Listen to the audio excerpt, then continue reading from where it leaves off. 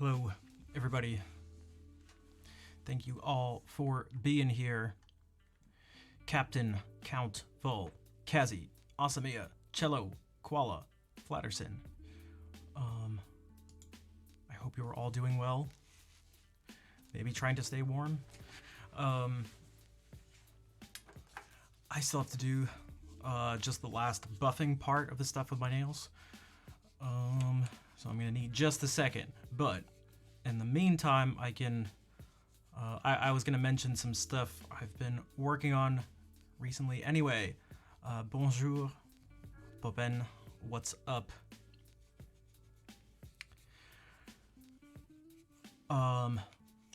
Okay, so I've, as basically all you know, as all of you know, I do a lot of improvising on the stream. And I mentioned last stream that I had an idea for a more structured approach to working on it. And I spent the past couple days trying to get a better idea of what that would look like. And I'm already starting with that, and I can share some of what that looks like, and some of it isn't necessarily new. Amrita, how are you doing? Well, so the night so far hasn't really started, at least in terms of the streaming. We just started. Oh, the internet should be better. Apparently a technician came out earlier today and replaced a network card, because I guess the internet issues, for those who've been around the past few streams when it's been happening, well, it was not specific to here. It was the whole neighborhood, so hopefully that actually fixed the issue. Because for those who weren't here on Wednesday, I had to stop the stream early because there was like no connection. Detweiler, hello, welcome in. How are you doing? Okay, so hopefully the internet stuff is just solved. We'll see. The improvisation thing, or maybe I should do this too. So I've also been spending a bunch of time looking at places to move out to, and I figured it'd be, a bunch of people have suggested it, and I feel like I should maybe do it. I don't know how well it would go. I hate donation goals, but I'm gonna put up a donation goal for rent, because it would be nice to, yeah, be able to have a place to live on my own. So, we'll see how that goes. Okay, the improvisation thing, which is the more interesting of the things. Okay, the goal, or the approach at the moment is to life coach. Oh my gosh, Jags. Dude, what you can do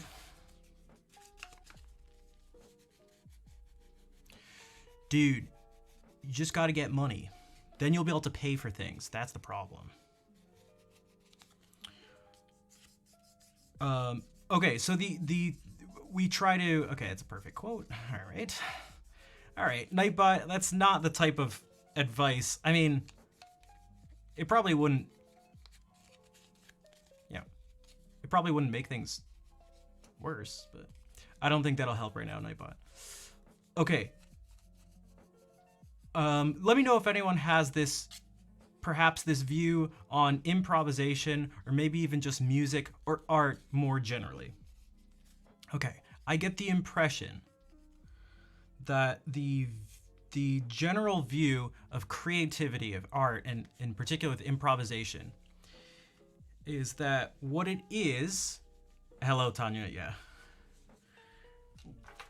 What it is someone who just has a free blank slate, blank canvas, sometimes literally, but here figuratively, you have a blank canvas and you just you just express yourself. You just create.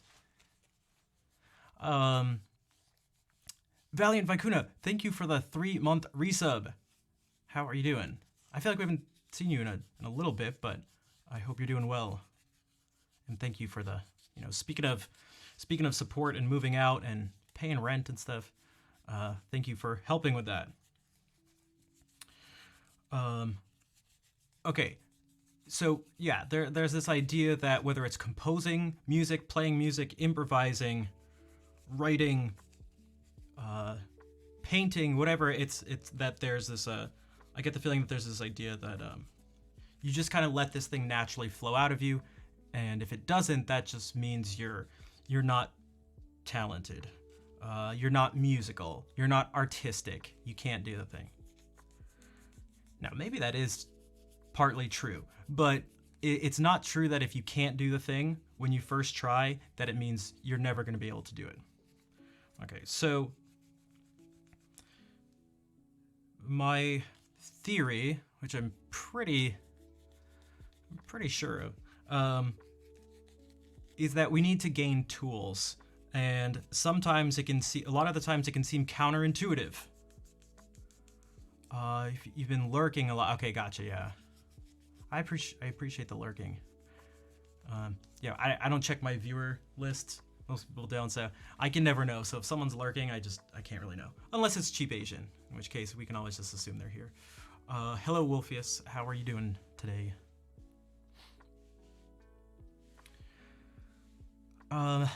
Okay, so I think when it comes to creativity, one of the things that can seem counterintuitive, but I'm pretty sure is the case, is that placing restrictions on a person will actually oftentimes allow them, and in a certain sense, sometimes force them to be creative. Okay, so that's one thing. The other thing that's more applicable, maybe, is I'm starting to think that by building a set of tools, which can take the form at first of copying people, will actually lead to the ability to express yourself. So what the heck do I mean by that? Hello, Henrik. How are you doing? So I was thinking to myself, how, if you wanted to play something, improvise or write in the style of Johann Sebastian Bach, how would you go about doing that? Do you listen to his music and then just like put your fingers on the keys here and play? Probably won't work. In fact, for basically everybody, that doesn't work. That's just not how it works.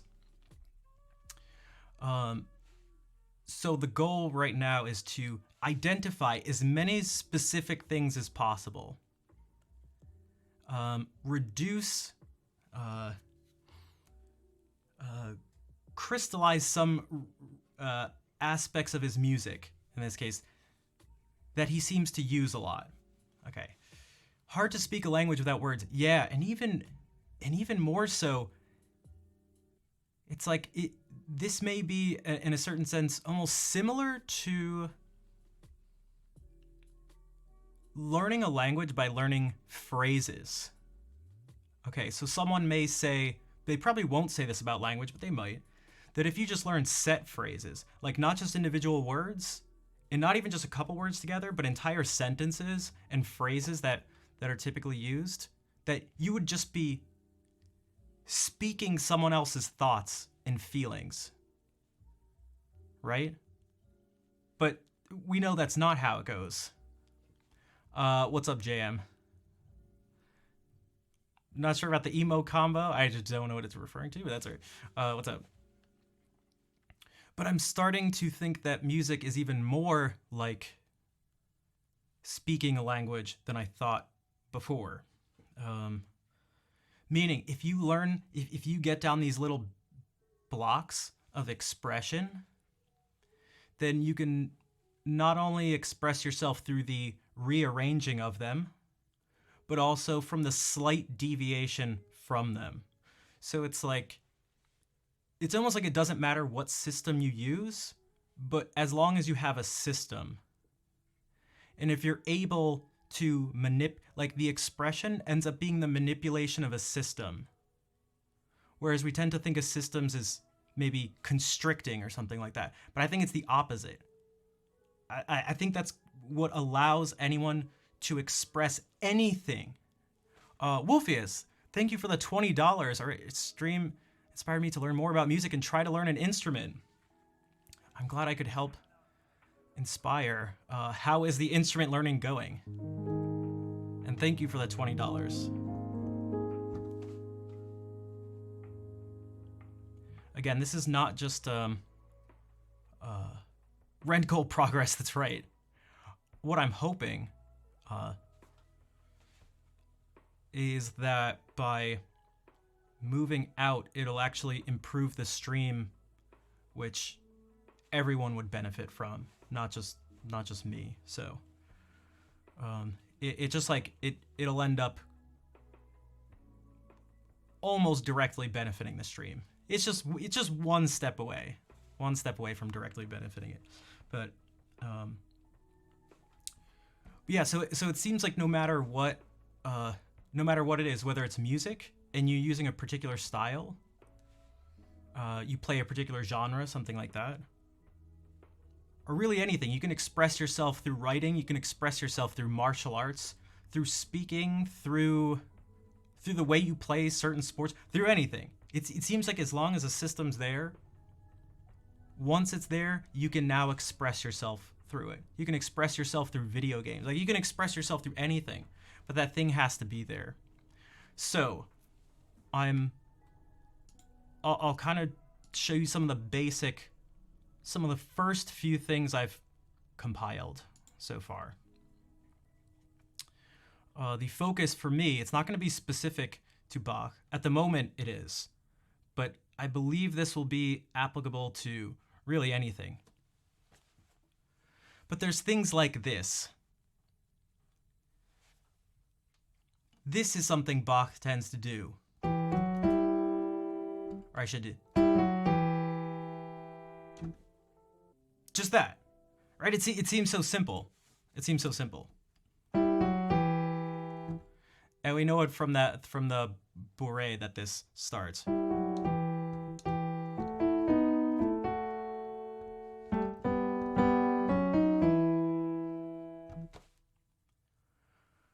But he tends to do that a lot. You have two notes here, part of a chord, and he just switches them. More specifically, sometimes he does it with the note in between, they share it for a second. Okay, so we can say that. We can also say that sometimes that works with these specific chords, this specific chord progression. We can do this. Oh, hold on, this is actually important. This is about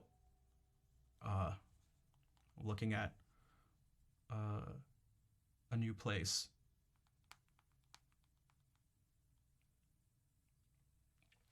Okay.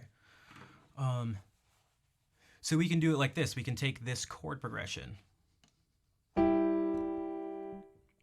Let's see here. A 1 chord, a 5 chord in second inversion, and then a 1 chord in root inversion. And so if we do it like this, so we go, whoops. What would this look like? Oh. Also, maybe I should do this at the same time. This would make it clearer.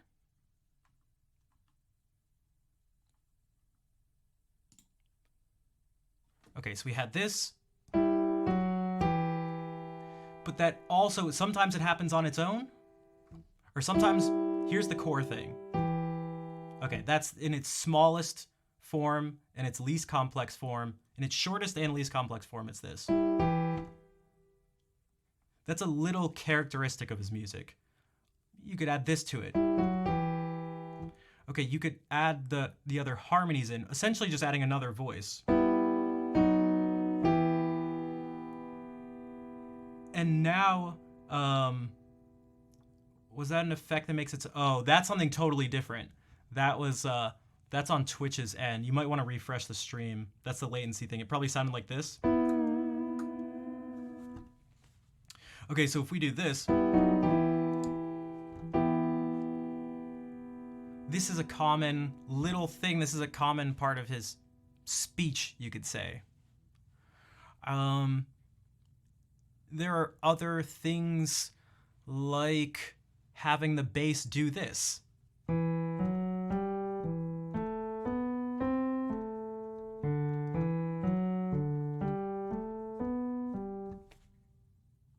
Just go 1, 2, 3, 1. And you don't have to do it in this pattern, but just repeat it at different places. 1, 2, 3, 1.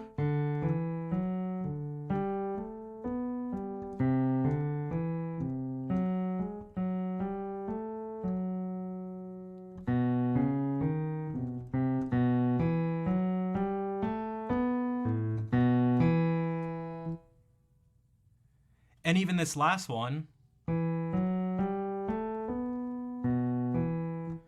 is an ending thing that the bass can do when you get to a cadence. But if we take this again,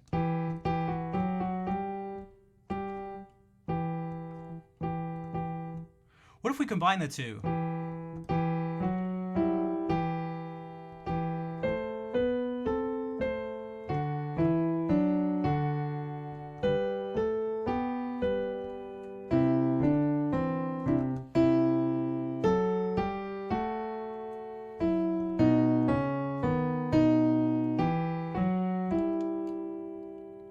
So that was purely the rules, the two rules I just mentioned, mixed with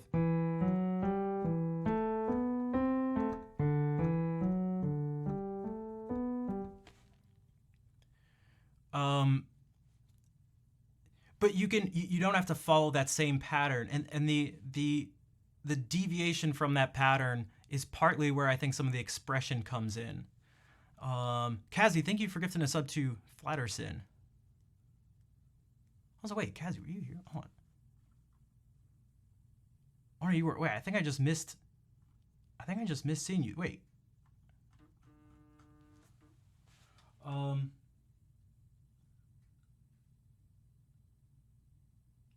1 second. Hold on, I gotta respond to this again.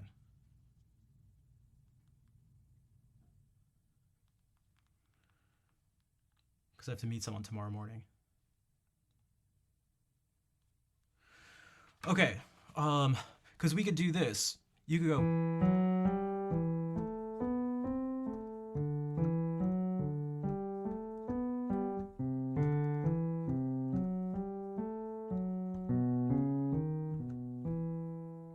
But what if instead we went, whoops.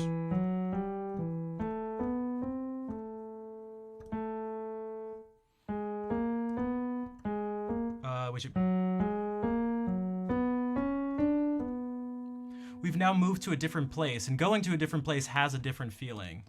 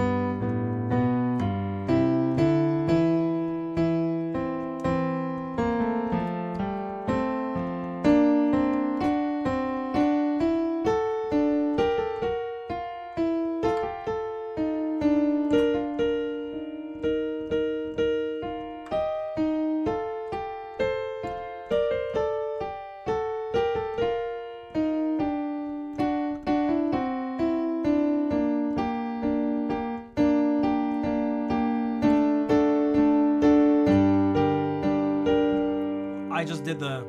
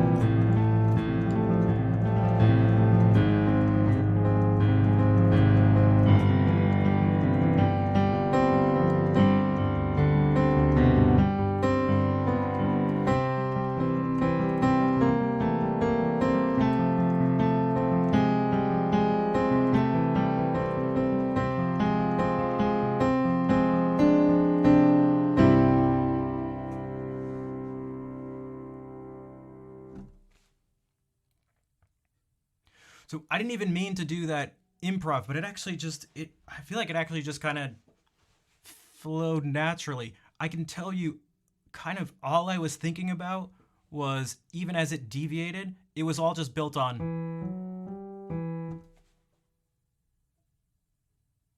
that, and also swapping.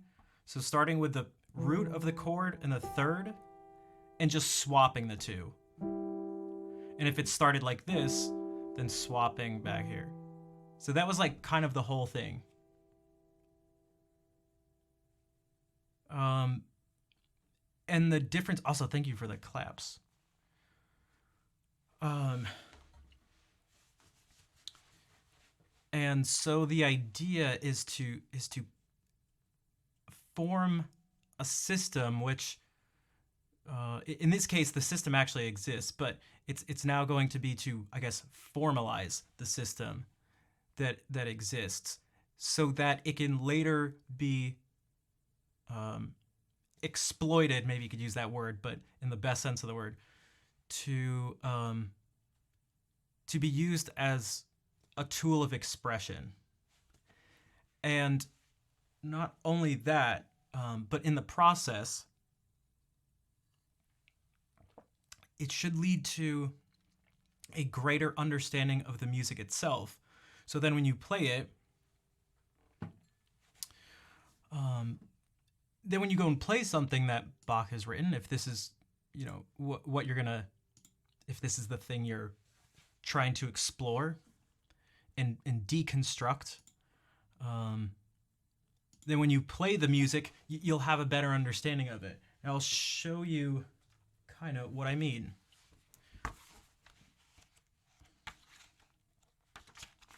I've played this a bunch of times on stream. This is the Sarabande from Bach's first violin partita in B minor. Let me just double check. Yeah. It starts like this. Okay, it doesn't start like that. It starts like this.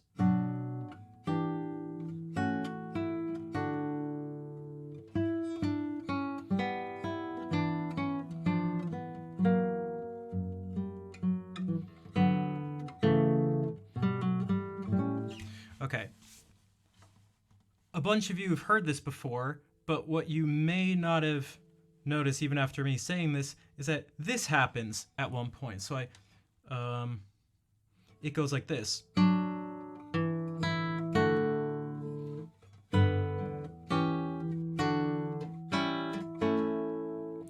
Did you catch it? Goodbye forever? Why? Hello, formal.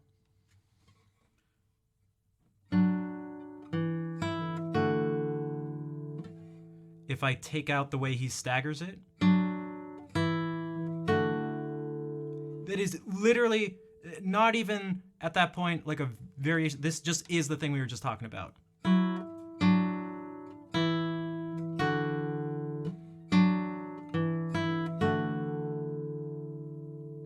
He also does this.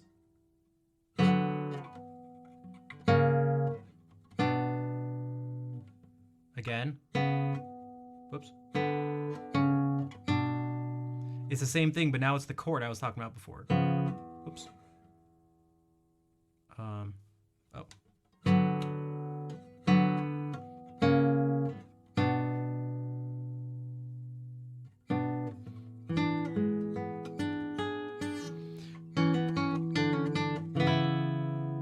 Or what about this? If we take out this little and just play, it becomes. So even this, and he adds these two notes in it.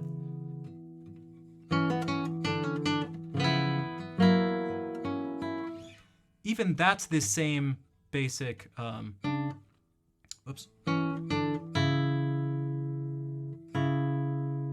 So from here, there's two instances of it just right here. And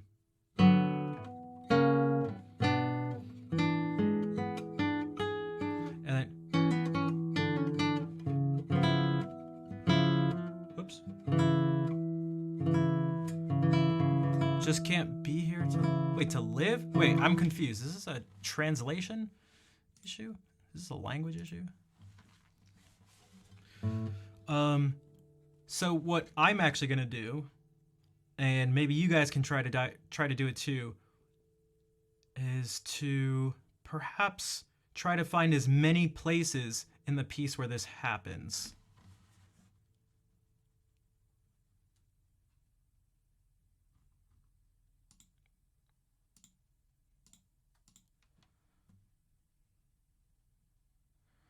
Thanks, Count. Yeah, I can't tell. I didn't want to like make any assumptions. I'm like kind of confused, to be honest. Not even necessarily about what to do, but like I don't even.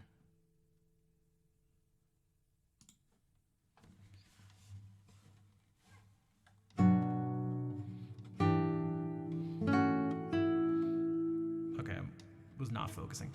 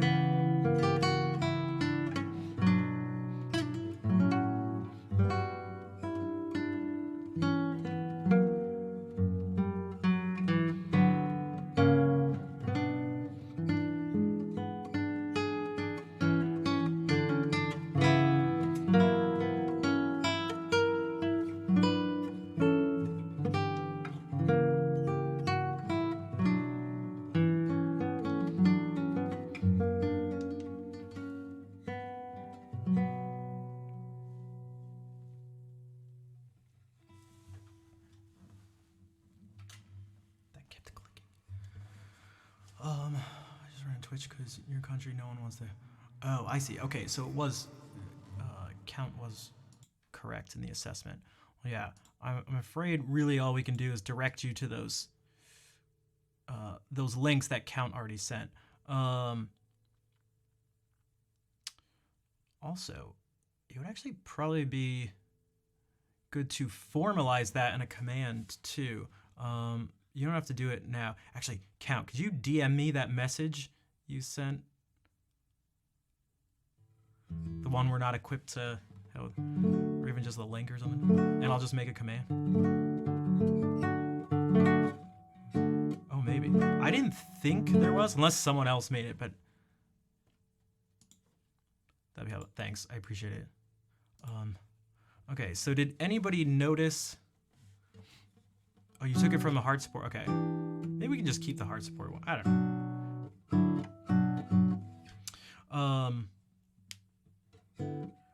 Okay, so I didn't notice any more of the exact thing, the exact pattern, but I noticed a couple other ones that felt similar. There was this.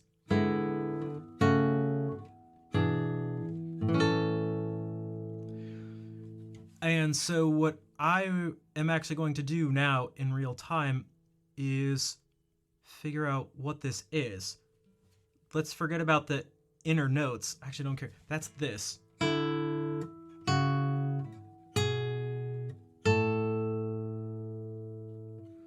So this goes 4, 3, 2, 1, and this goes 5, 6, 7, 8.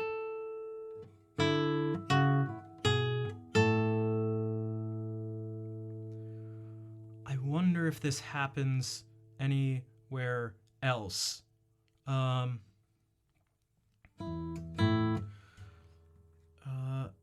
It looks like the opposite actually happens here too. Or something similar.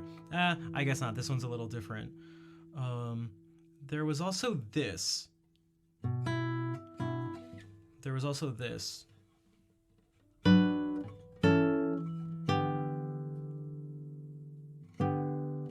as simple as that is, that reminds me of this.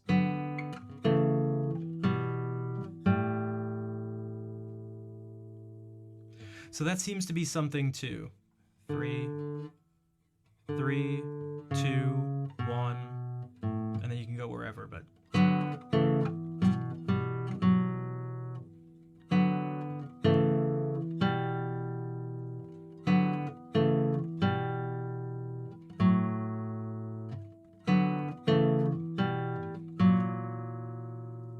Seems to be a thing.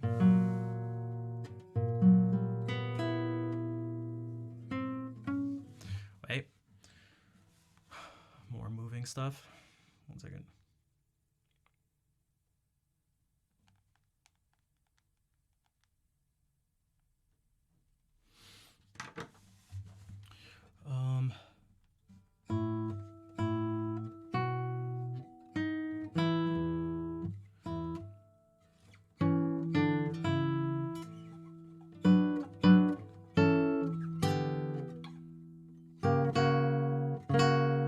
This is the same thing.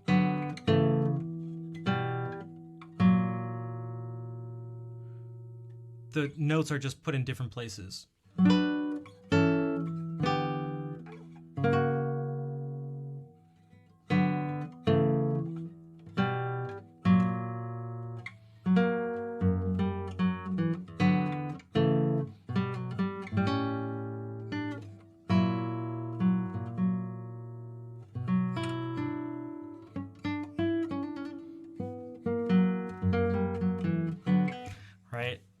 We'll see. I mean, the place, one of my friends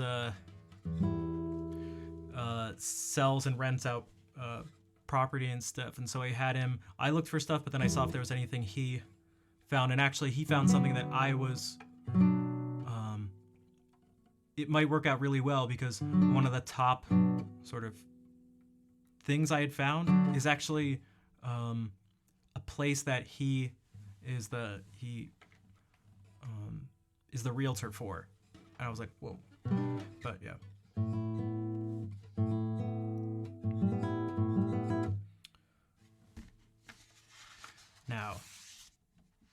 this thing I'm about to play, thanks, Count. This thing I'm about to play is exactly modeled after what I just played. This whole collection of movements, just this part right here, was what he decided to do with it. For this one and only this one. He gives you something that's relatively slow, and then right after it follows it up with something that's faster, but is built off of it so much so that you could actually play the two at the same time, and it would totally work out. So let's see if we can see the similarities.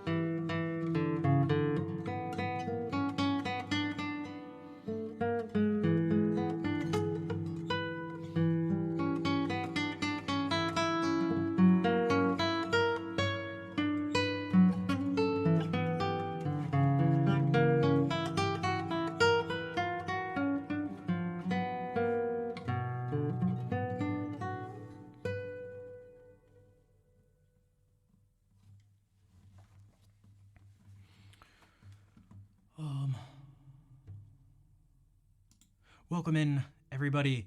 Also, thank you for the raid.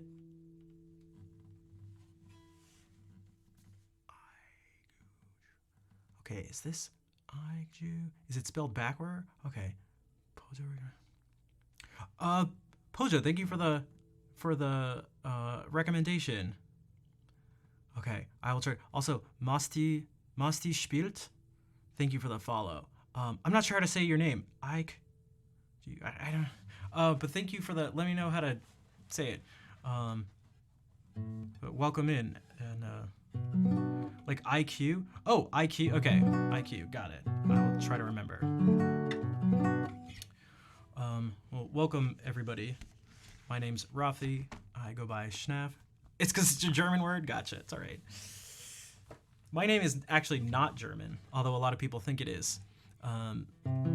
It's just a nickname, and some people struggle with it. Here, I'll play something that's not me, just reading.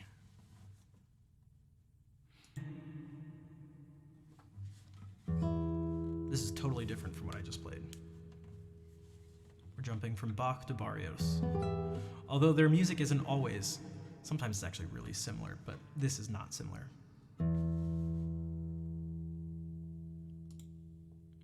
It's not Mena's big brain.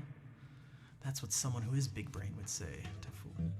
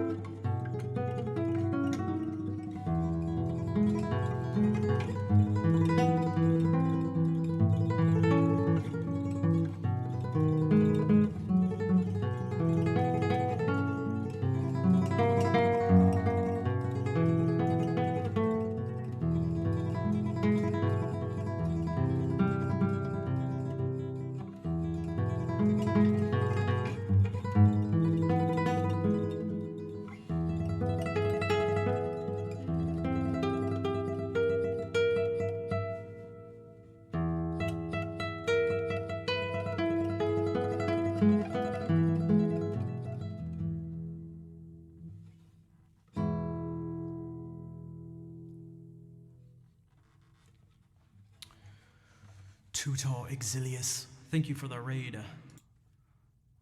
Welcome in, everybody. And thanks for the claps. And IQ, thank you again for the raid.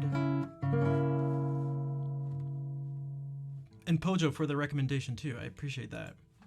That was great. Thanks. Thanks for the claps. Mr. Unreasonable.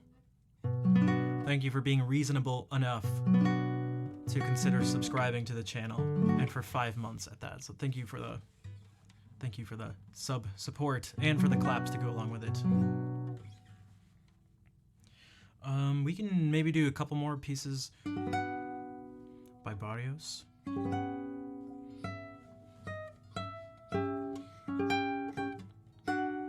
gonna try this new fingering for this tricky part of this.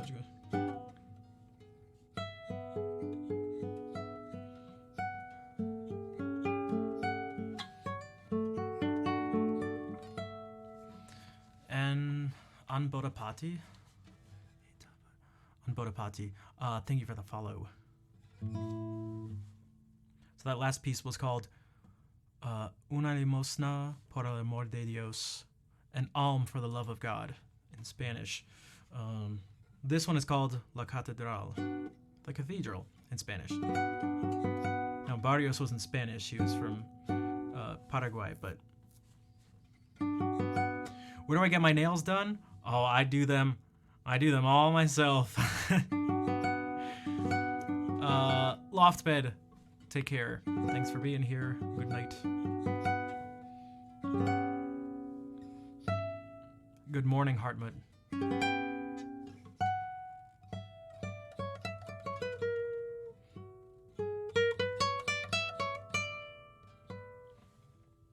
I really should make a nail tutorial video. One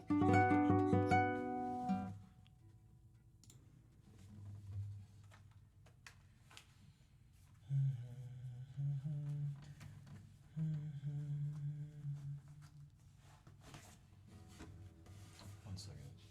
Okay.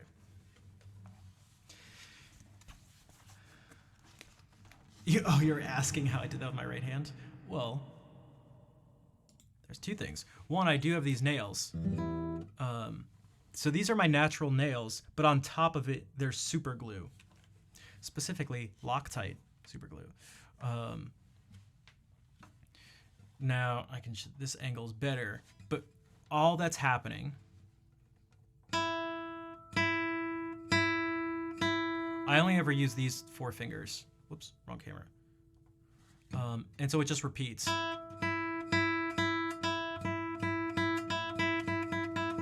With the thumb's just on a different string, so. There is a command. I don't know why that's not working.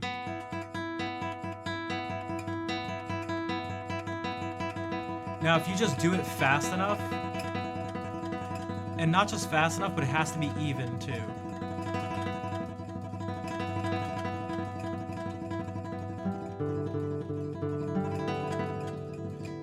And then if I just do, if I put my left hand down,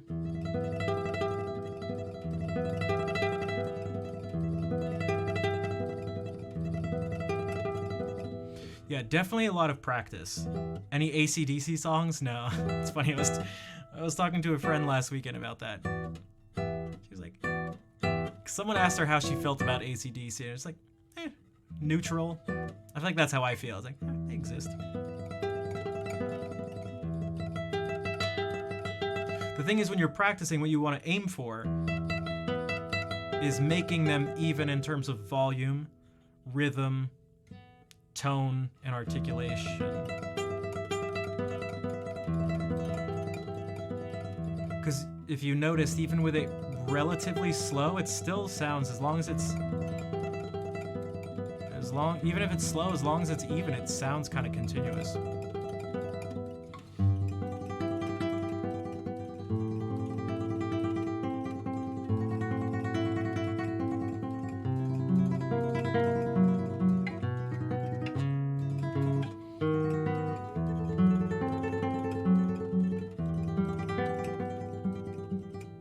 But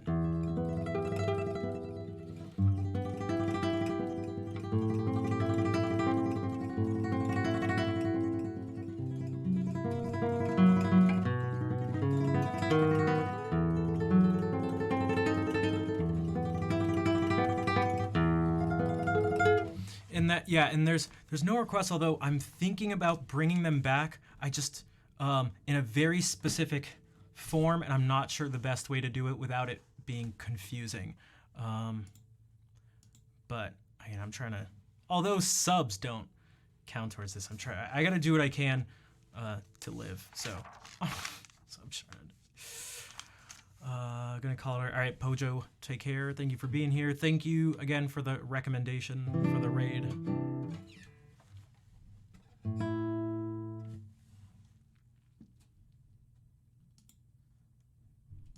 Okay. This is, wow, I almost opened up right to it. Okay, the first 2 movements of La Catedral.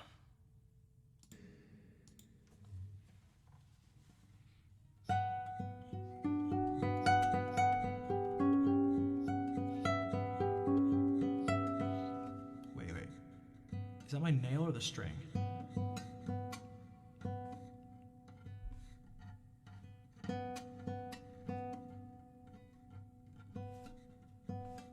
Sorry. Okay, I think it's the string. Speaking of nails, I want to make sure there's not... Okay.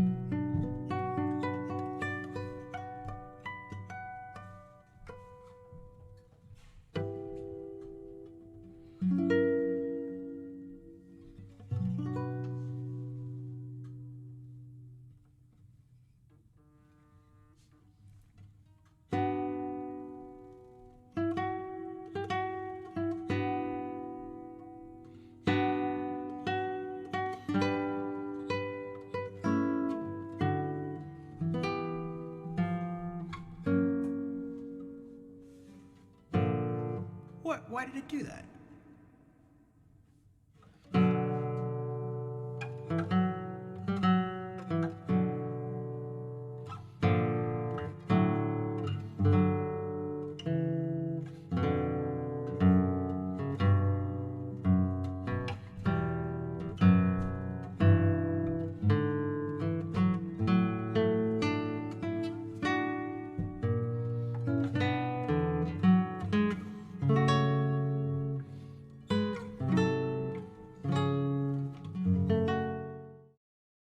Why is it doing this?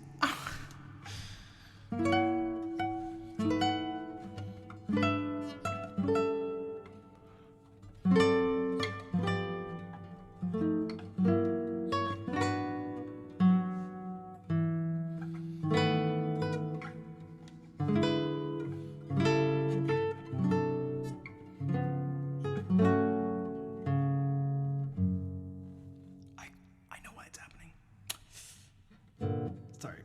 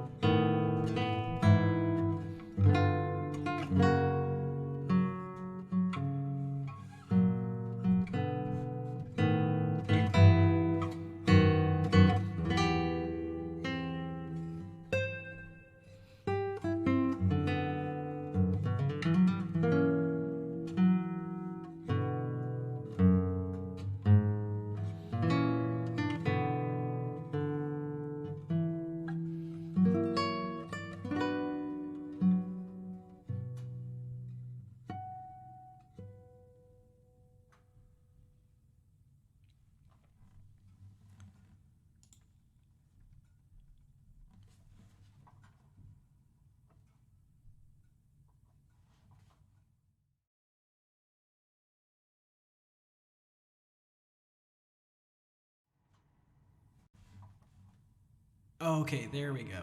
Okay.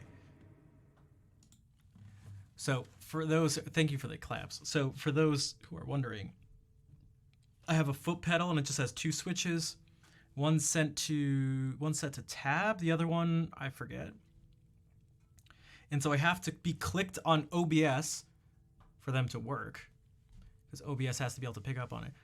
But also, I can't actually click on the scenes, or else those functions will override the hotkeys that they are. So I have to be on OBS, but on something, but not have anything in OBS highlighted. So if I've just clicked on a scene, it'll end up messing things up.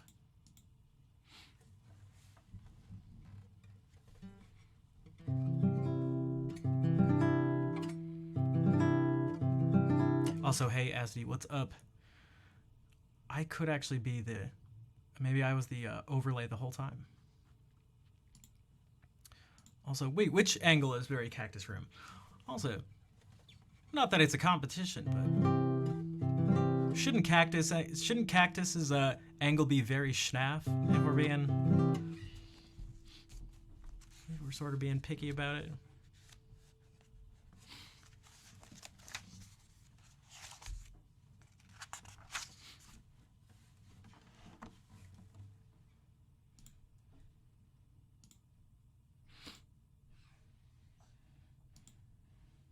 Okay. This is also not Spanish, but by someone who's a Spanish speaker, Leo Brower, who's Cuban. The title is Un Día de Noviembre.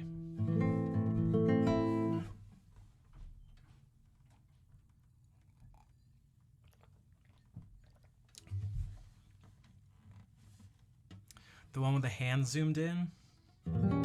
I guess he did. You know what? I guess he actually did have that camera angle before I did. Okay, you know what? Fair enough. Ficus Room. Ficus Room. Although even with that too, he existed before I had the ficus. So you know what? You're right. That is very Cactus. That's true. Although I guess I was confused before, because at least when I saw the message, it was when this camera angle was being used. But I should have just picked up on the fact that this one is so normal. That would have been weird for you to say, like, oh, out of nowhere, just like, hey, that's very Cactus Room. It's like, isn't every streamer like this? Okay. I swear I was gonna say something, but yeah, I'm gonna play this piece. Oh, that's what I was gonna say. If you guys don't want the stomping and the dog running and stuff like that and all that, that's partly what this donation goal will achieve.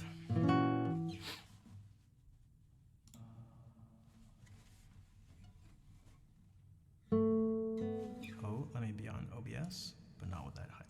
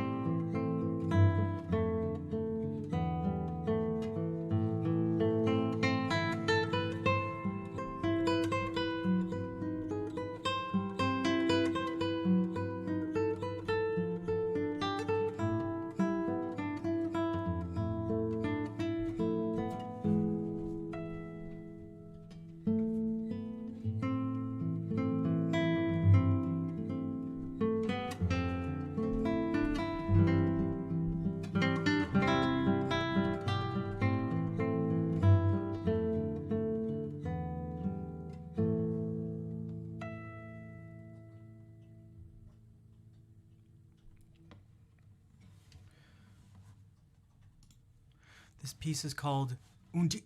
Oh my gosh, that tripped me out for a second because Kazi's message came up like a split second after Azzy did a command that doesn't actually exist here.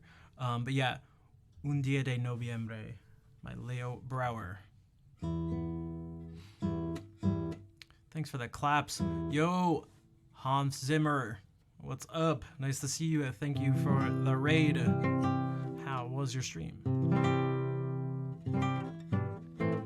You know what I wanted to see that I didn't check? I was curious. I don't know how I just opened up to this again. I wanted to see if any of these... I felt like one of these things that Bach did, like, came up here. This felt like the pattern we were talking about before.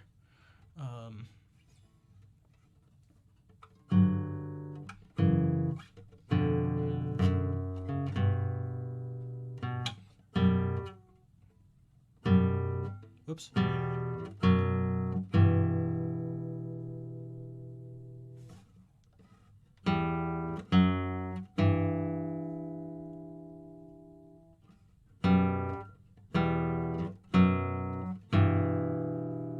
I knew it.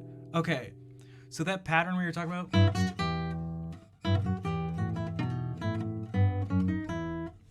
This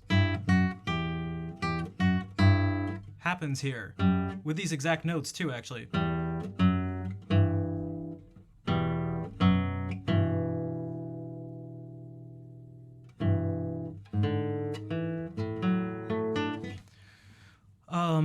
Spider Chew, what's up? My monitor's on fire. It has been consistently burning.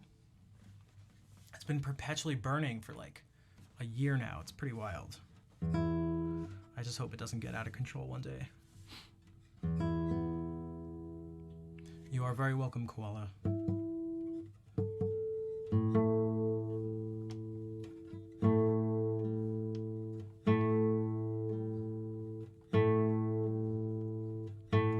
That'll never happen. It's just a YouTube video. It'll never, it's not real.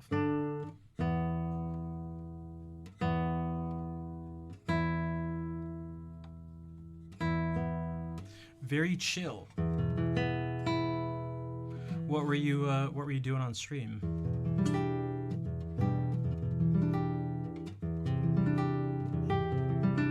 I just realized. Wait, what does it look like? Also, hey, Elfin.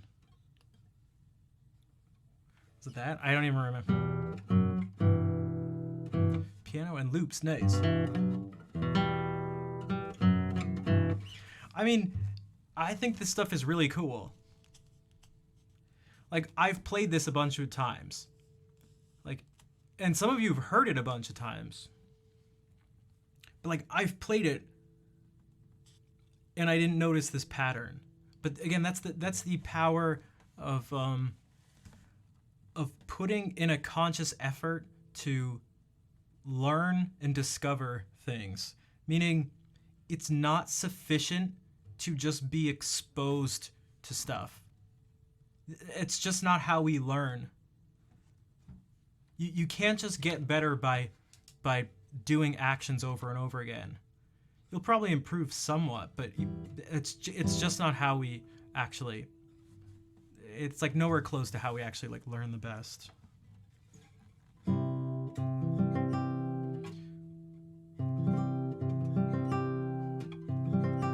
What do you want? I'm text your man in the box. I know.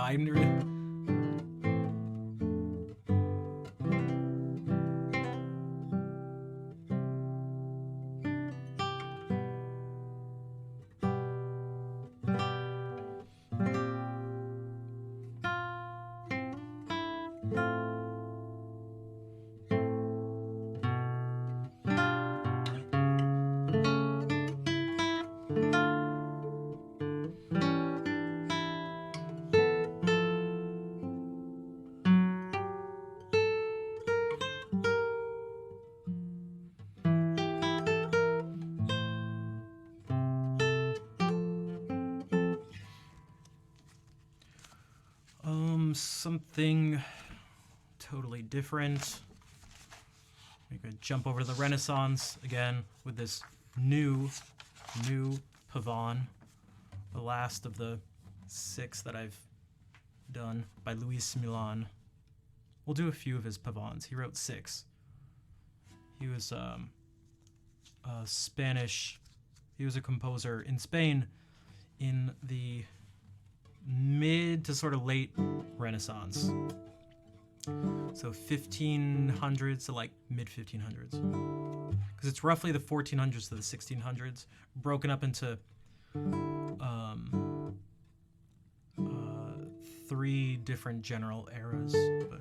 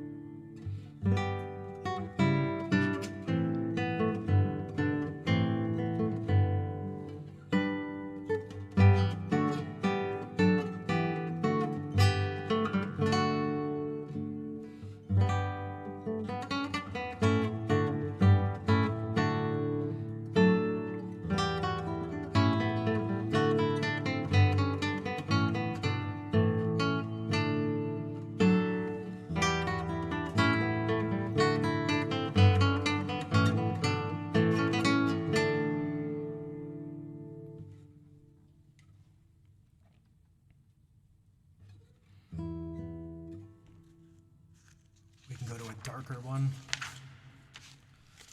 These are all pavans by Luis Milan.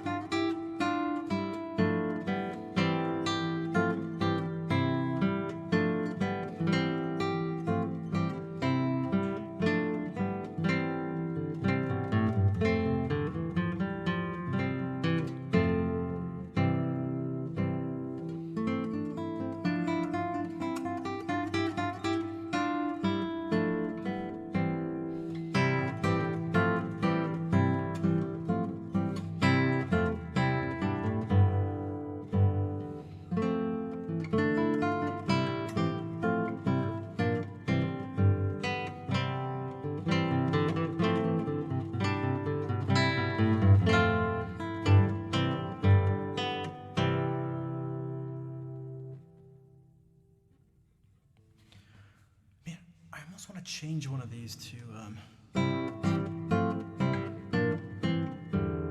oops, instead of going,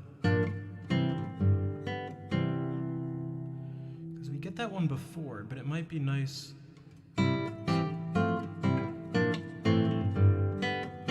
Oh, I love that cadence.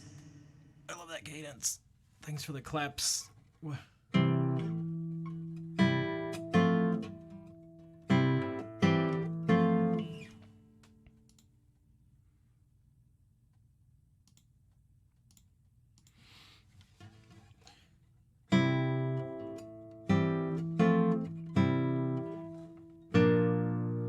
That's part of both of these cadences, but the only difference is where you go right after. You could do that, or you could go. So here's the first one.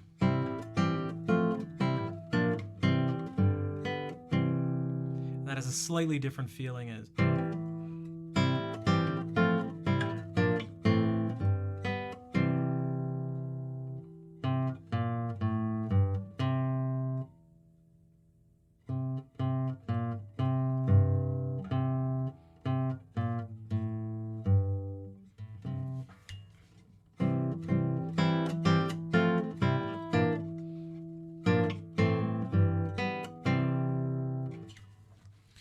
Need to not have panda eyes.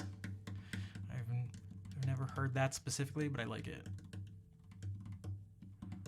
Thank you for being here, Kazi. Take care.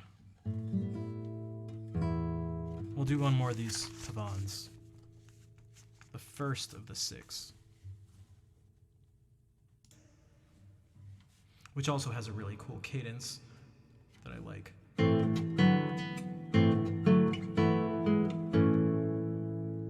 So instead of like, there's an F sharp.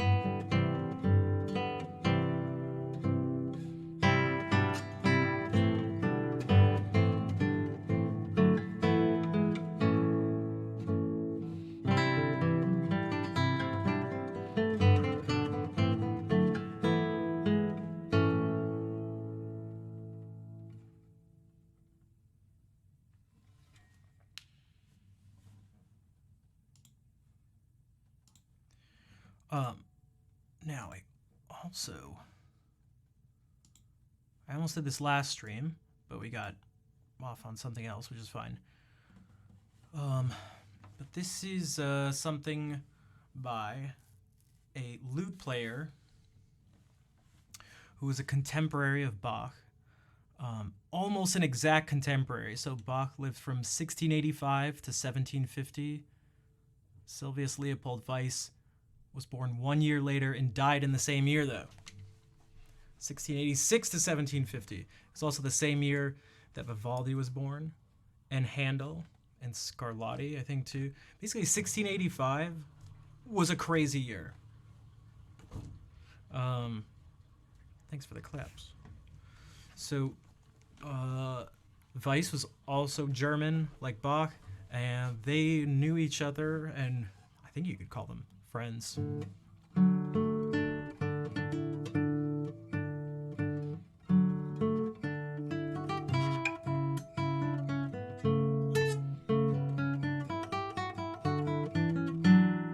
Now this little pattern, look what happened here.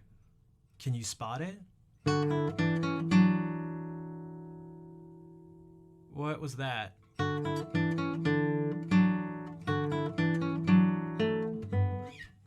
Did anyone see it? I feel like it's like an advanced version of like a little kid's show where they're like, do you see the star? And there's just a star like right there. And they give them like 10 seconds. Like, that's right. The star is next to the tree. And I'm like, dude, I found that right away. I totally beat this challenge intended for 3-year-olds. All right. So Elfin, I guess you had to be here at the beginning of the stream. We picked out this pattern.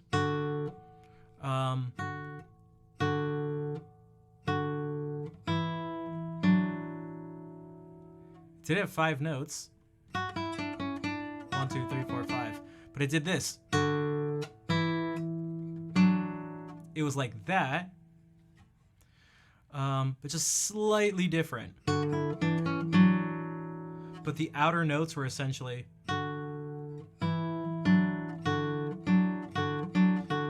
It did this very Baroque thing of taking the 2 notes of this chord, the root and the third, and switching them.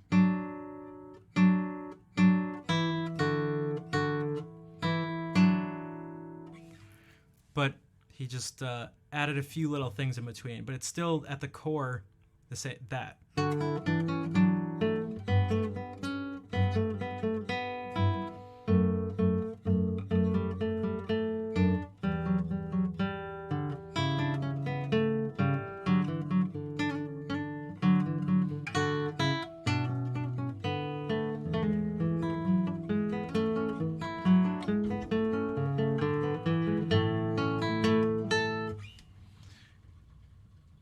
The ascending and descending thing. Yep, exactly. It's that same thing. It's just the same thing. It's that same little pattern we saw before.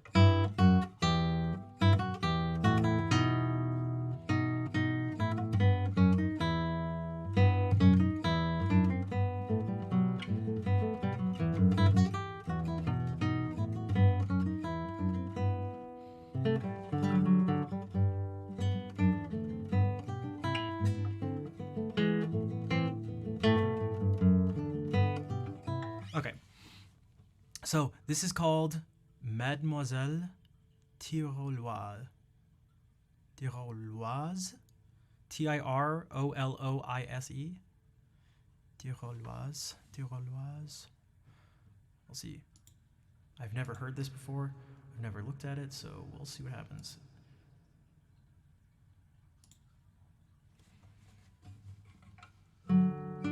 Oops.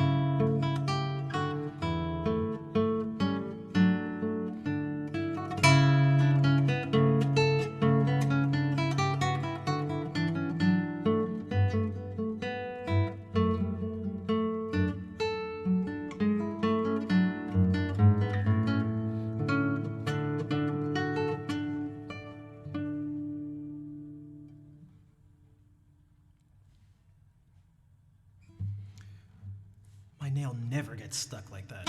That was so loud. Did I talk to my grad school audition expert? What? Also, let me write this down for a second.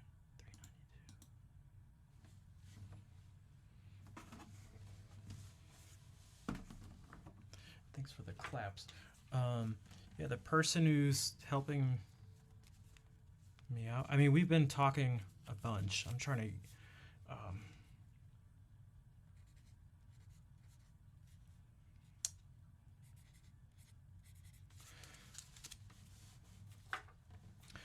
I've been super busy. Man, these past few days have actually been like really intense because I'm trying to move and also apply and get ready for school and also figure out more ways to get financial stuff, and then also taking on this sort of improvisation project, which we were thinking about formalizing and looking for grants and scholarships and stuff to actually do this as like formal research into improvisation, this type of approach to improvisation. So it's been a lot.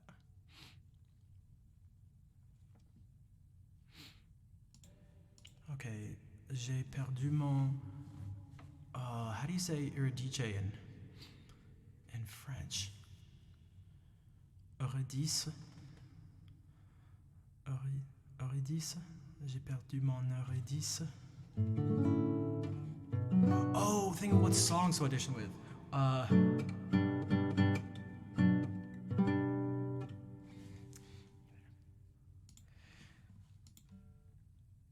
Honestly, at this point, it probably doesn't matter. That'll probably be the you wouldn't think it, but in this situation now, because it's changed, the school and the teacher and stuff, the person I'm talking to is the guitar professor there, so he's the one who's gonna ultimately be judging it. So in terms of asking what songs to play, I'd be asking him. I'd be asking the person who's gonna judge what songs, if that makes sense.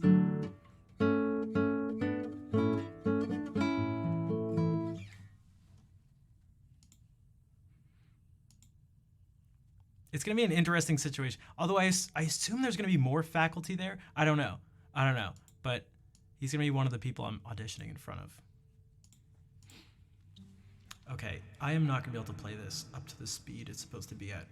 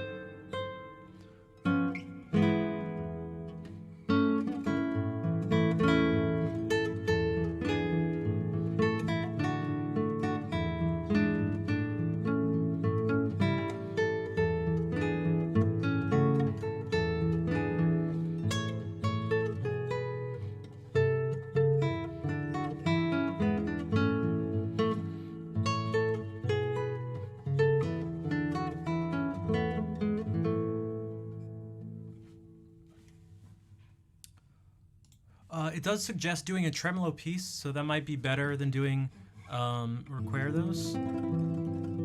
Just because, I don't know, it's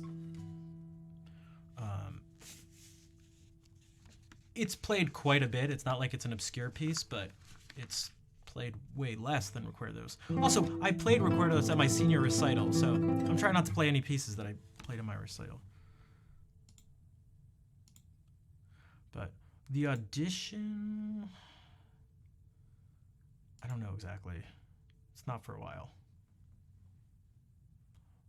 Okay, so that was someone whose music we almost never play.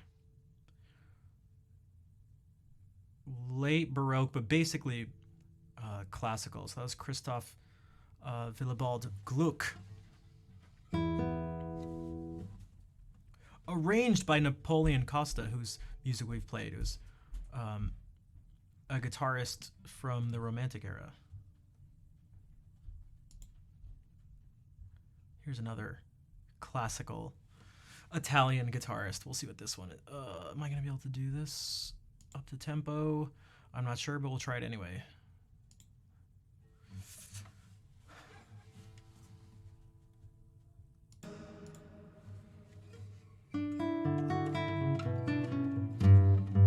Right?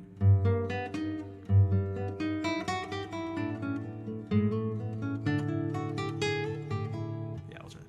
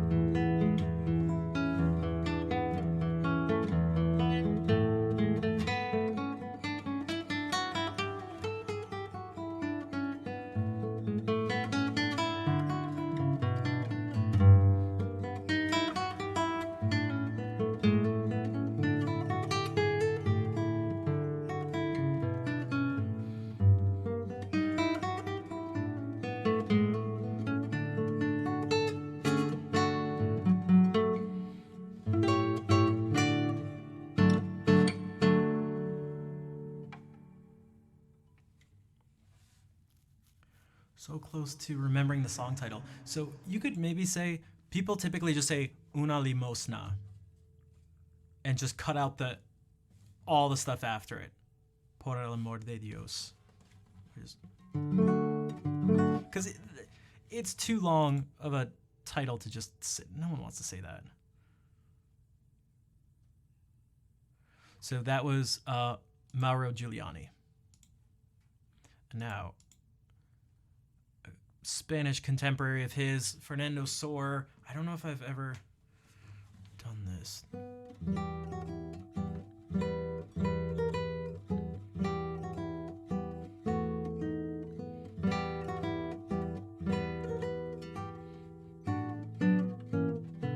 That's very predictable.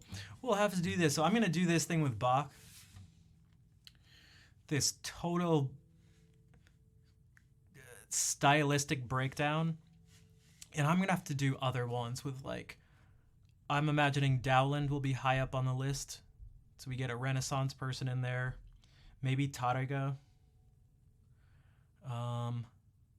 Maybe I should just do all the guitarists or stuff that people do on guitar, because I feel like people are way more likely to break down the music of Chopin than they are to break down the music of Tárrega. Who sets the choices? I guess me. If I'm the one who's doing it.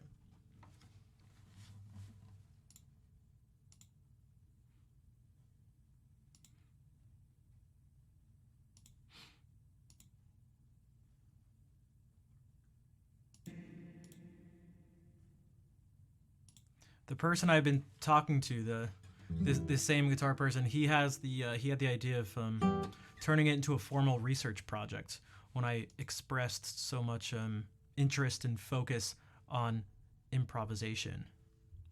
So who knows? Andrew York could actually be a really good one, as almost sort of, you can use the word in a non-judgmental sense. You could say like generic or something, like, because it's so contemporary, but not in a typical classical sense. It might be good to pick up. Also, there are very Andrew Yorkish things that he does that just stick out as him, but that's a little farther down the road. Right now, I'm thinking about moving, just applying and doing all that stuff. So, and in terms of the stuff, I just figuring out Bach is going to be enough to think about right now. But I have high hopes based on what I've been able to find so far. Okay, this is just an Allegretto by Fernando Sor.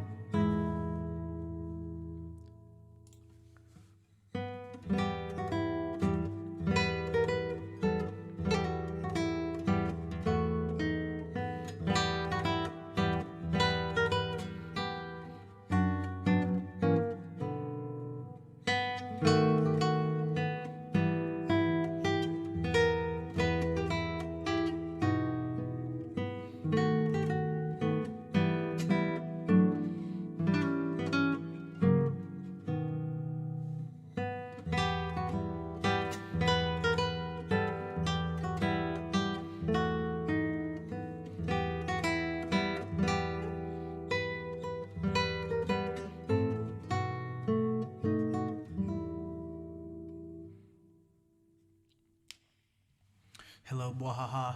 How are you doing? Yeah, this is very... Okay, so some things I'm already picking up, besides the ideas of form and stuff. So I played this wrong. I didn't look at it. I knew this was coming up. This is the power of form, by the way.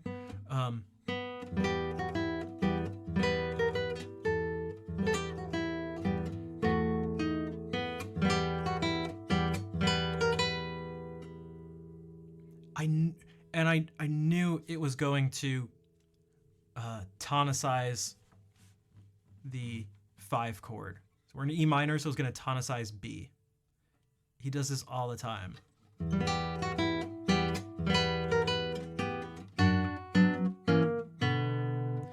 And when you set yourself up in this way, it works out really well. So that the harmonic rhythm lines up so that you can play that chord there, as opposed to if I went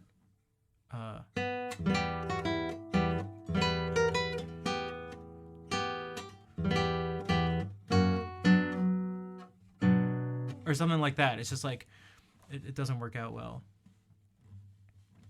Actually, what would a better example would be is this. Good night, koala. 4 hours of sleep in the last 2 days. Yeah, definitely get some sleep. Thank you for being here.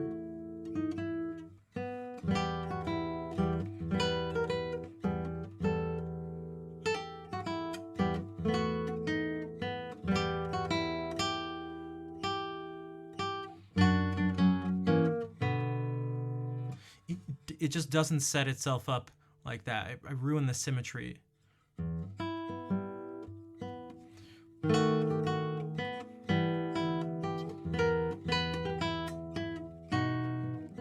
But this thing, switching over to the parallel major, so from E minor to E major, is quite typical.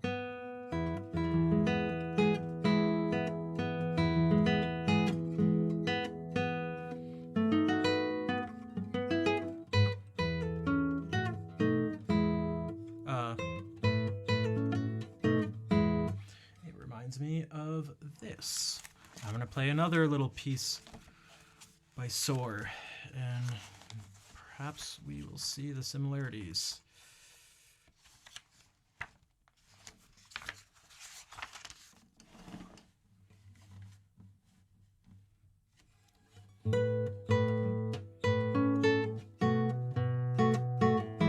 So it's gonna be the same thing, but because the time signature is different and the piece is different, it'll be a little different, but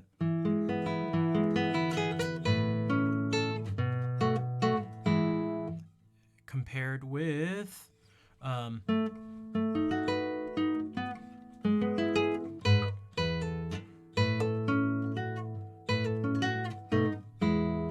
so it's going to this 4 chord with the 9th above it. So that here it goes. Like, it's very similar. The voicing of the chords are the same, almost exactly. So that's this. This is also a rondo, by the way.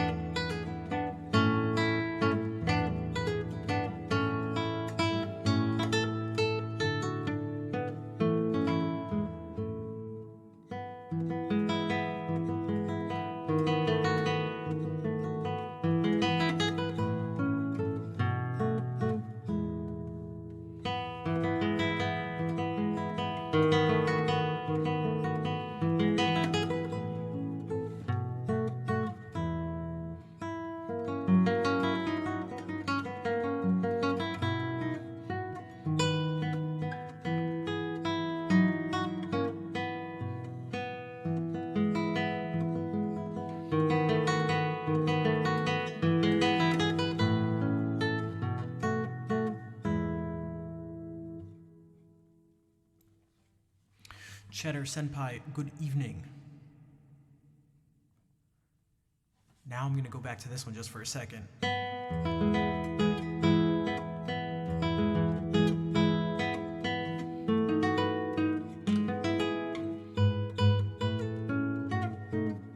Whoops.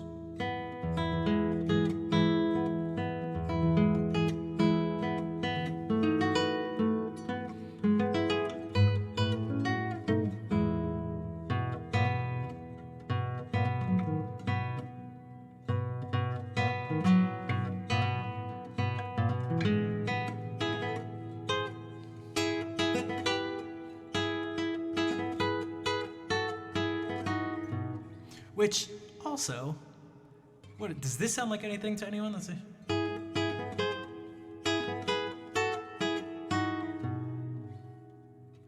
the LLC, he also goes.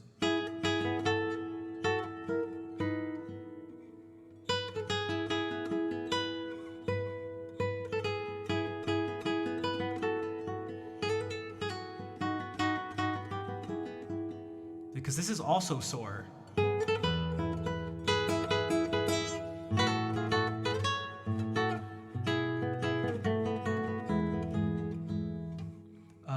And what might be better.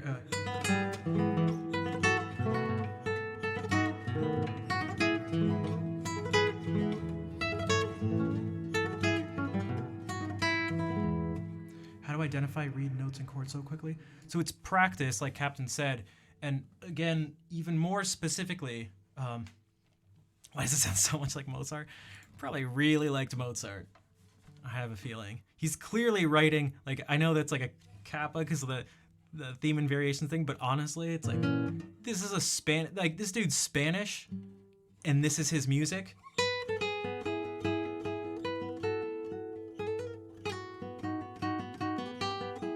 Like, bro, what do you... But it's not just about repetition. You can't just play the chords and look at the notes and expect to be able to identify them quickly. So what I was mentioning towards the beginning of the stream when I was talking about part of my goals in doing this deep dive into improvisation is that as much as I've listened to and played the music of Bach, it's going to be the insights gained from actually attempting to break down the music, not just like play it slowly, but go like, what is actually happening here? And what are the patterns I can find? And it seems like it's best to start with just literal patterns. Just like, what are you seeing? Does it ever happen exactly the same? Because then you can sort of find like meta patterns in sort of like a pattern of types of patterns he uses. Or they're maybe not exactly the same, but they all kind of resemble the same pattern. And I think eventually you just sort of the thing you can ultimately reach is just essentially an understanding of the person's voice. But I think it starts with almost a literal just mimicking of the things that they utter. And to attempt to bypass that, to get a deeper understanding, I'm not sure that's a good idea. But you certainly need to do some specific deep diving. You can't expect to just play stuff. Not least as popular introduction and variations is fiendishly well, that's the one, the introduction, yeah. I don't know about fiendishly, I don't know who wrote that. There are harder pieces. There are certainly harder pieces. But, unless... wait, but that's on Mozart's Das klinget so ehrlich. Hey, Sherry, what's up? Thank you for the raid. Right, is that the song from the Magic Flute?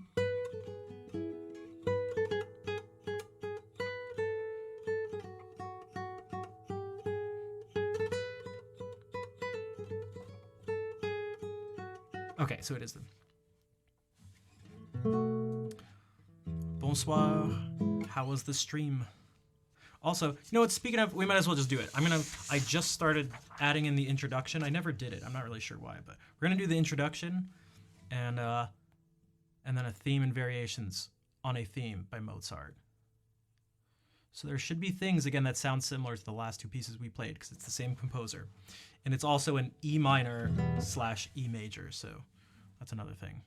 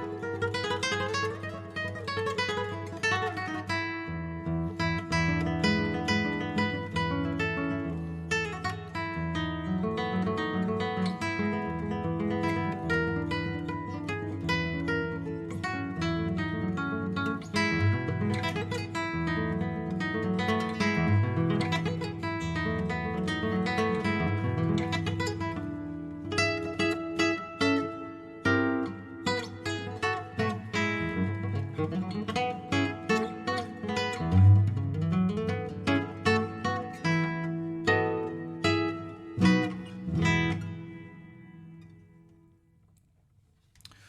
Fer. How are you doing? Also, Funky, what's up? I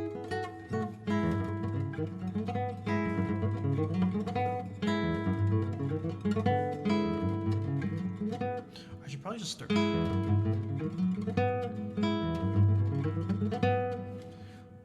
Korean drama? Nice. I don't think I've heard of it. Hello, Nad. How are you doing?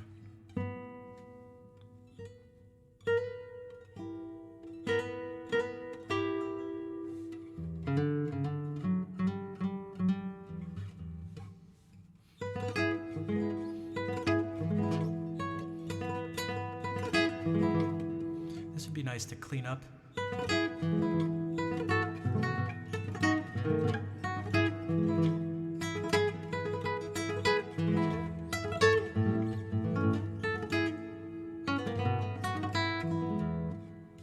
4 years ago, your bank account $45 to your bank account has a total of 25. I mean, you're essentially even, right?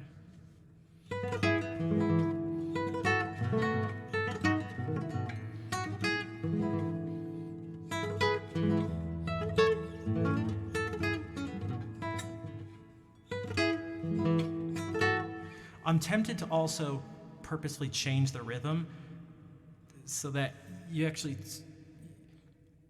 shorten the values and push them a little farther apart. So instead of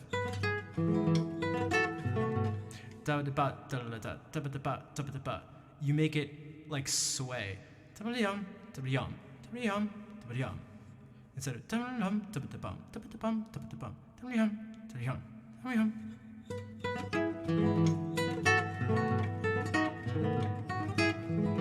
that's how it's written, but there's something tempting about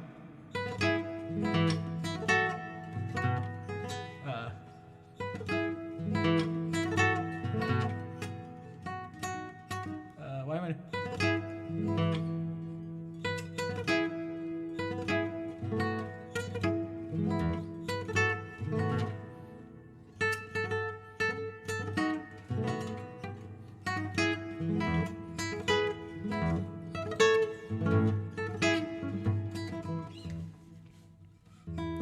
new guitar soon? If it's on track with the 1 year time frame, then it would be April or May. I don't know if that's considered soon or not. I guess it's kind of relative. But yeah, so hopefully in the spring or by the summer. But I could make one if I'd have to. Very nice, Mayor. Welcome in. I'm afraid all I can offer you for that is this pun-related emote. The difference, I mean, it's like, it's essentially arbitrary. I mean, he's just doing variations, so you could do.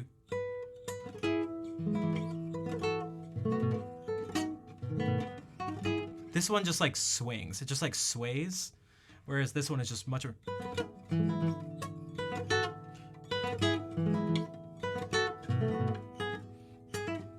Why am I? Wait,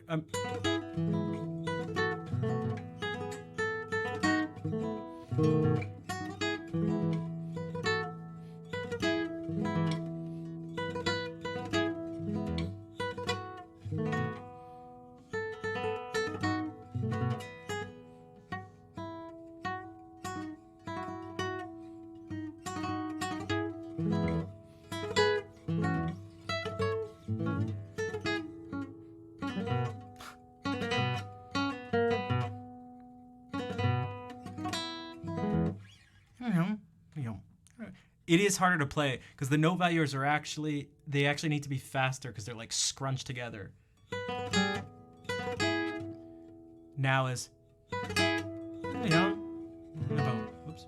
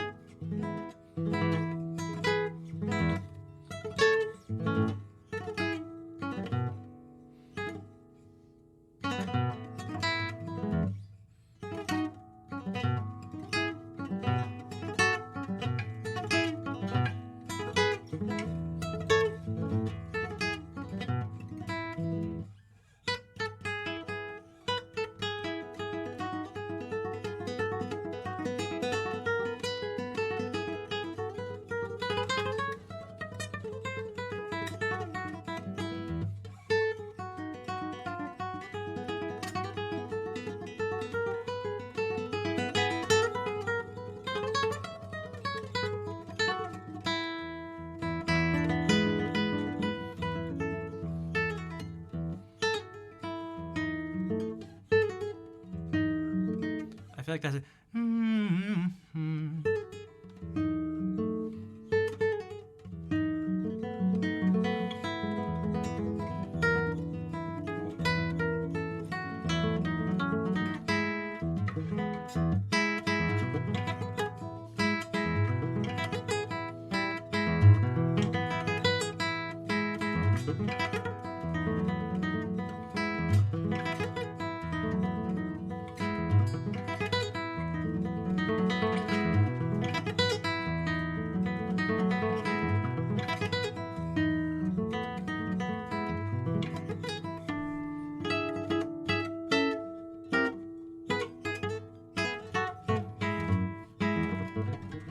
This I'd like to not wait on.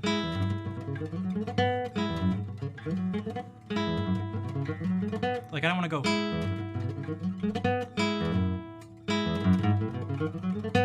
Yo, Valiant, thank you for the 5 gift subs.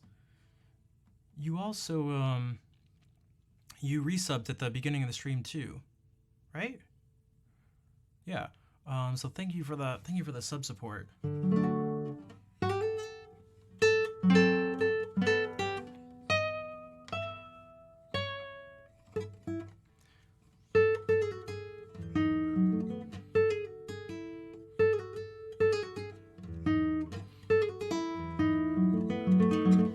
Again, this all helps going towards me being able to support myself and continue to stream, but stream in a much better environment.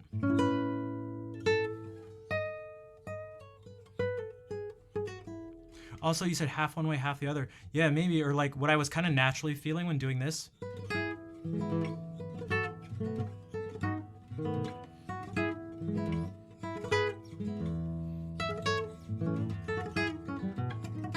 It felt like it actually started to speed up, and as it sped up, became more even.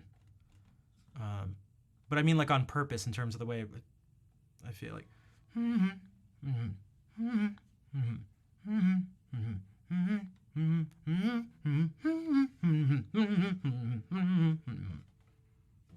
If that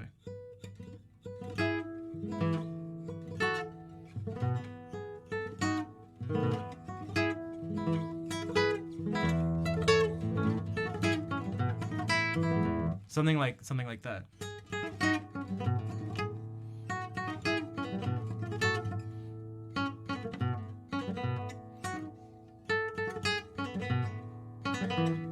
Also, I haven't broken down this piece and practiced it in forever, so I'm not so worried about the technical issues of it. That's just...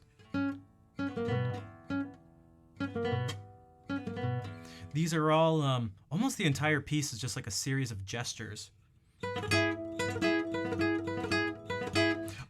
Also, Sassy, what's up? I feel like I haven't seen you in a while, so maybe you've been lurking in the stream, but I hope you're doing well.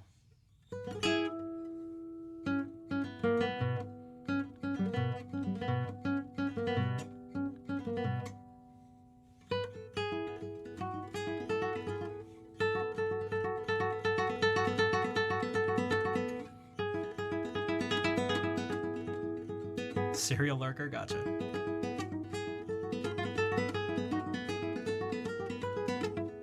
This one also needs to just be, I mean, everything needs to be even, but like this really needs to be even for it to work.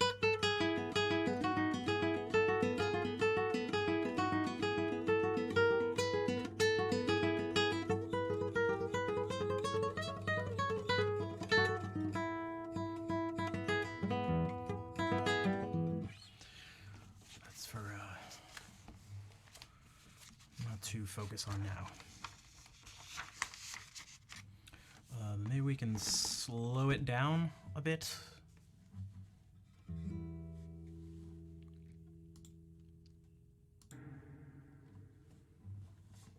This just randomly popped into my head.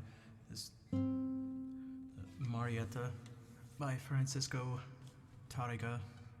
Maybe we can do a couple Tárrega pieces.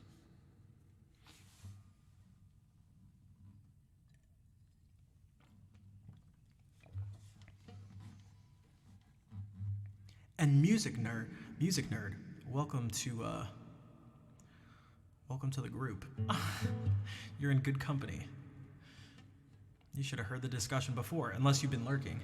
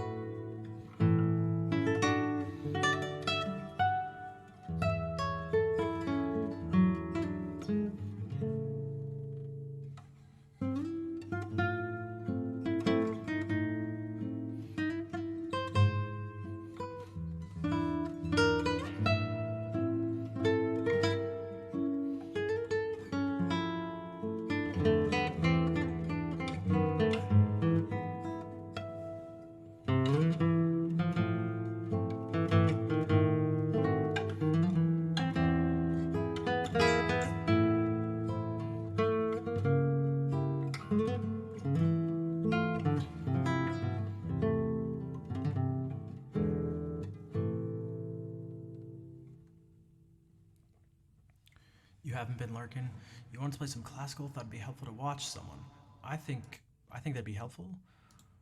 What kind of guitar do I recommend? Well, if you're gonna do classical, a nylon string guitar, and the one I always recommend at first is the Cordoba C5, if that is within your price range. Sounds nice on the downstairs Bluetooth stereo. Nice.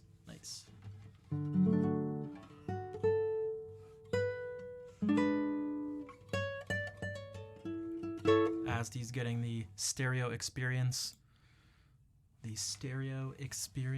the stream. And music nerd, what's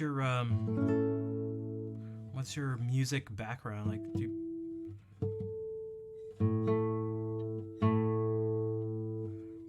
are you a guitarist who's looking to get into classical stuff, or do you play a different instrument?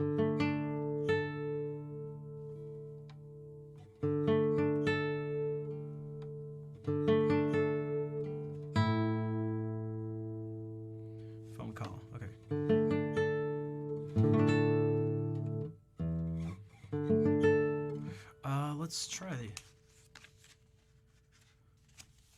7 years in various instruments for 3 years. Gotcha. And that's kind of how I started.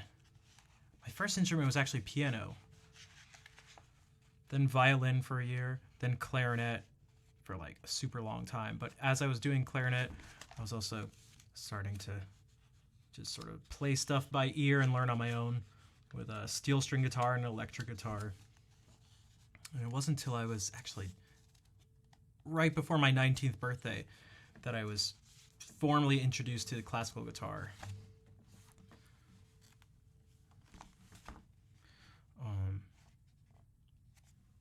That's what I was going to do. Just a few more pieces by Tárrega. First, Endecha and Oremus. You're 13 and you've been playing for 7 years? Damn, you started young.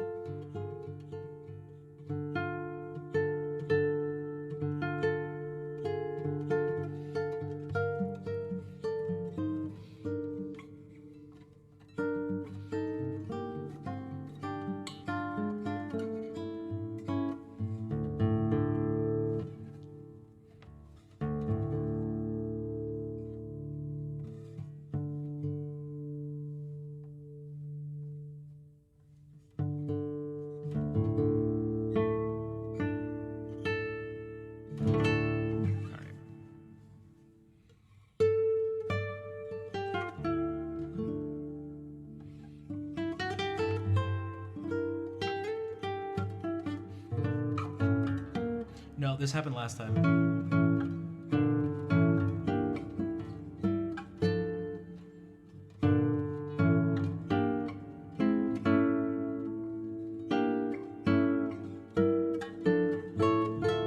Are there any...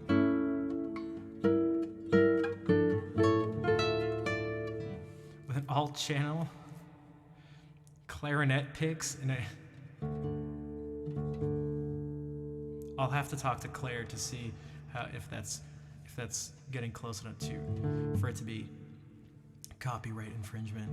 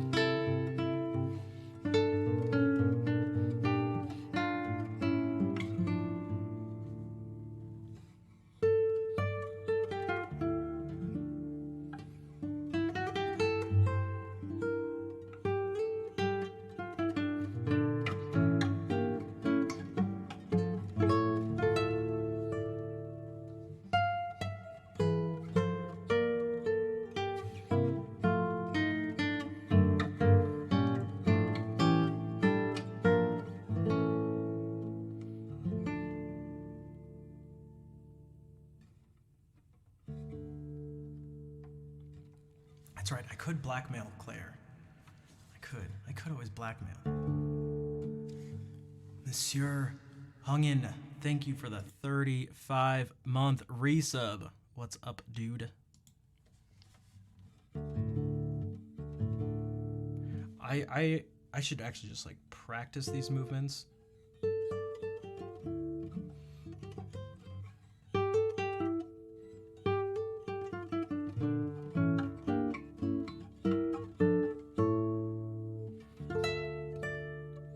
Because if this isn't smooth, it's just...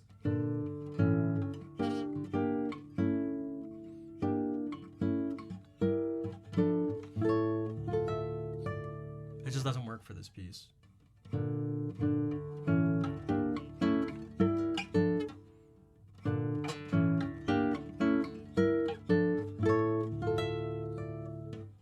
And right now it feels like...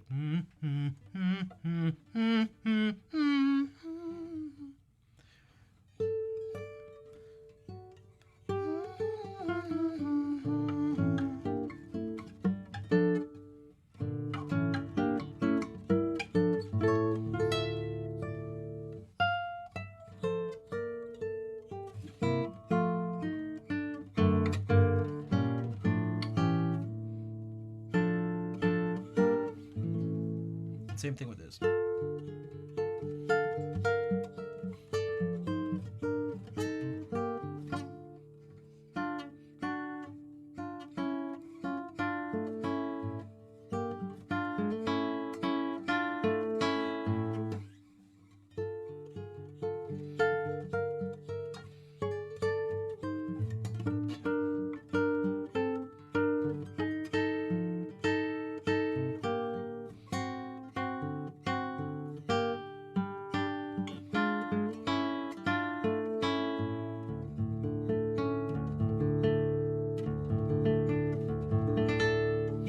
Man, what could you hold over my head? A whole bunch of stuff, but I don't know if there's, I don't know if any of it exists in audio or visual form. So,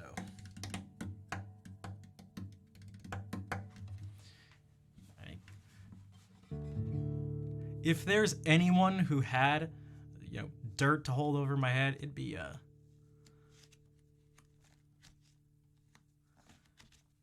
I was kind of wondering that too.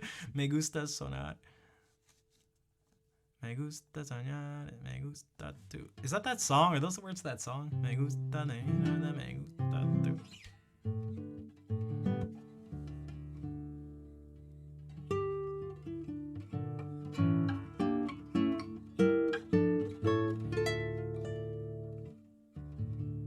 Manu Chao. Oh my god, I haven't heard that in so long.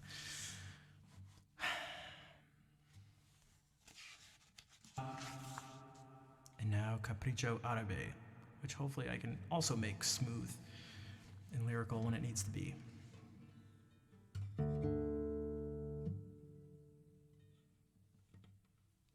Oops, I almost just went.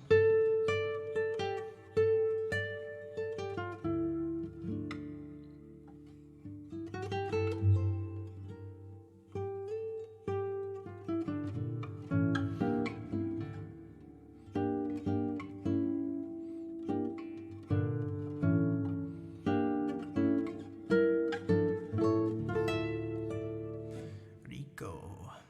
Suave. All right.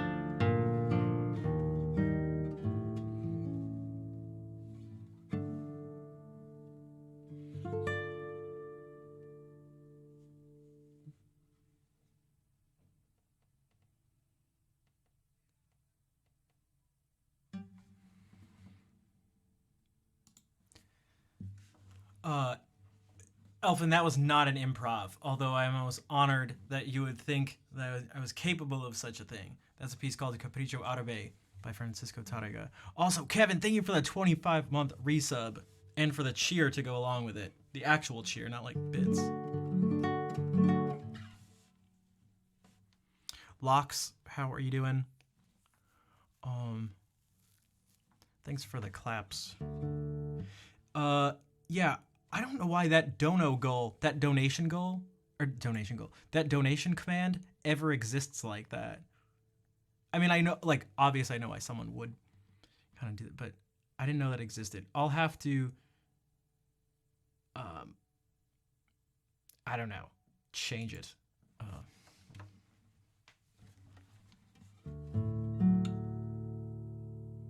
Yeah, that makes more sense. And thank you, Fair.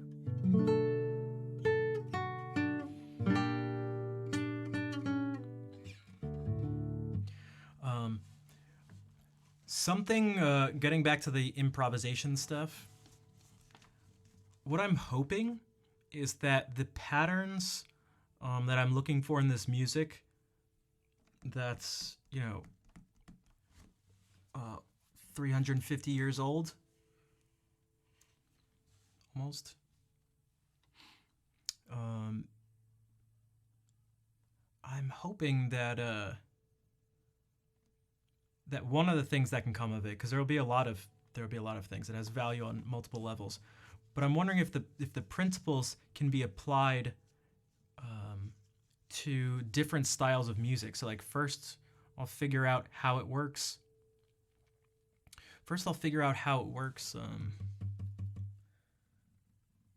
In this within like really confined space, musical space, and then hopefully we'll be able to get it so that we can find a way where it can be applied to something that was maybe never in the musicians' heads at the time. Dude, 2% closer. Yo, Kevin, thank you for the $30 donation. Thank you guys for. I was quite hesitant to even put up a donation goal, but it's just too, like, real. I don't know. Let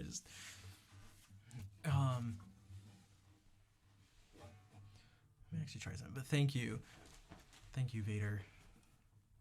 Because we also had a $20 donation from Wolfius earlier too. So I'm going to do my best to find income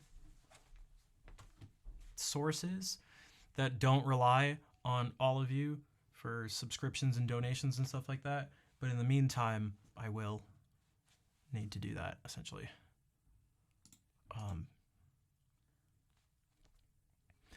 But yeah, if we can take the general contrapuntal nature of what Bach does, I mean, it's characteristic of a whole bunch of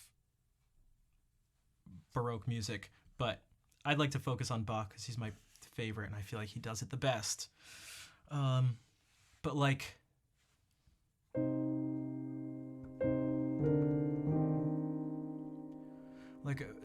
the pattern we talked about at the beginning of the stream, this is the very first pattern I picked up on, even actually before I embarked on this journey, which is this switching of the root and the third of a chord. It's super simple, but that's what it is. Also, a couple things. Music Nerd mentioned that there was a wobbling sound. How am I getting that? It's not on purpose. That's actually on Twitch's end. That sound like that, I'm not... That's not me. That's not supposed to be there, actually. How do I hear things in my head that I want to play and then just do it? So this is how you do it. That would be another thing. Maybe I should actually list out my goals. I think the people, if I'm gonna ask for grants and stuff and scholarships, I should probably get the goals very clearly defined for people. What's up, Mac? Cat cross the Rainbow Bridge? Oh, I'm sorry to hear that. I heard Rainbow Bridge and guys.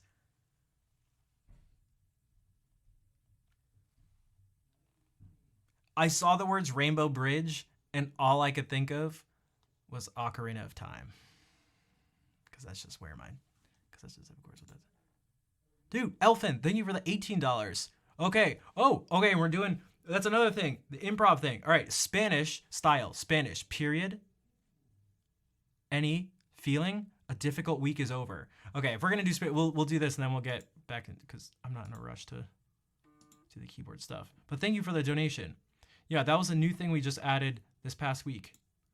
Mario Kart map, guys. I feel bad. Mario Kart. I also thought of Rainbow. Oh my god. For Mario 64, but the Rainbow Bridge is the Rainbow Bridge to get into Ganon's tower. It's the worst, and I still don't understand how it can only affect the pitch of instruments and not a person's voice. But I feel really bad for people when they're singing, because they'll be singing and they'll be totally on, but unbeknownst to them and totally out of their control, they'll be like.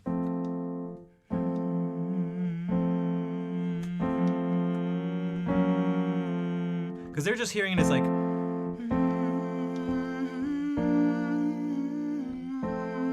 But it'll be like.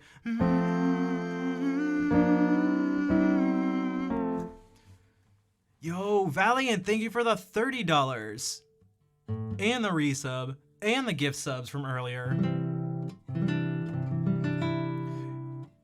This is actually like crazy support. Thank you.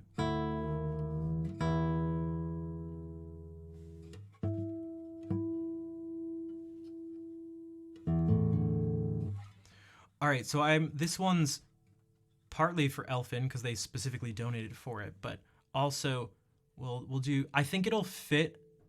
I think it'll also fit what Mac just mentioned. All right, so Spanish. Period. Any feeling a difficult week is over. So we're instantly. Oh, this is gonna go out of tune.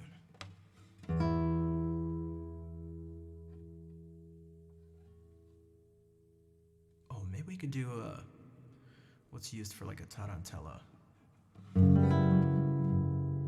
Actually, no.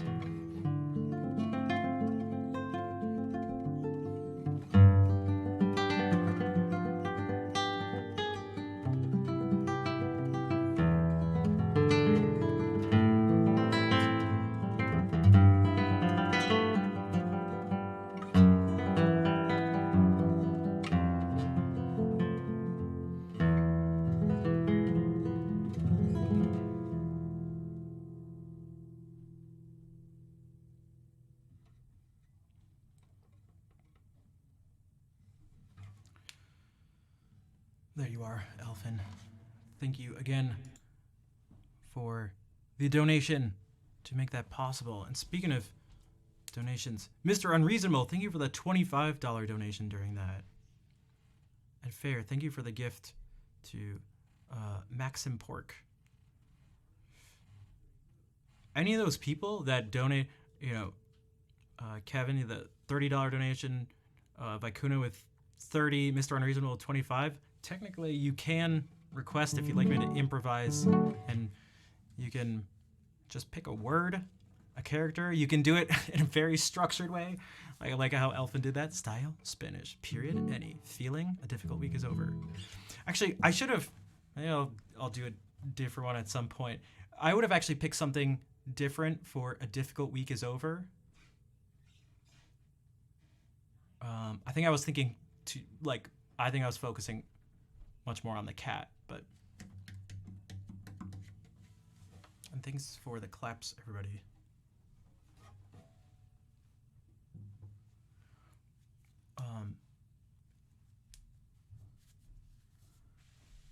Yeah, except I'm the natural artificial intelligence.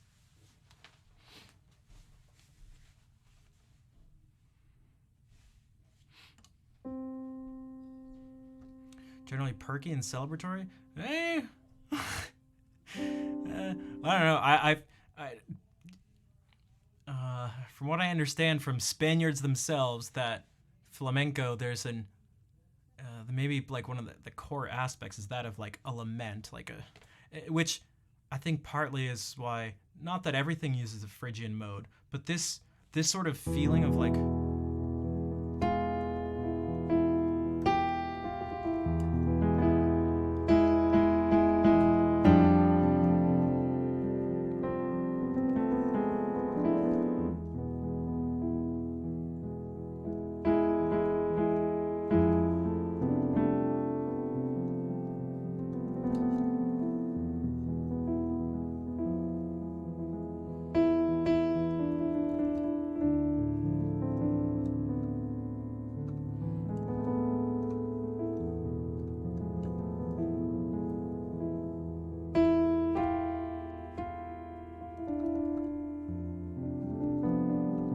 Yeah, I guess specifically, the Gitanos, the people that were actually,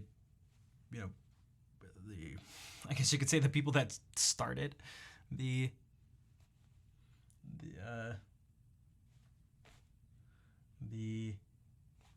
I don't know. I mean, they call them the gypsies. I know people are like trying not to use that word, but that's, I don't know. This is who they were. Thanks, music nerd. The Roma.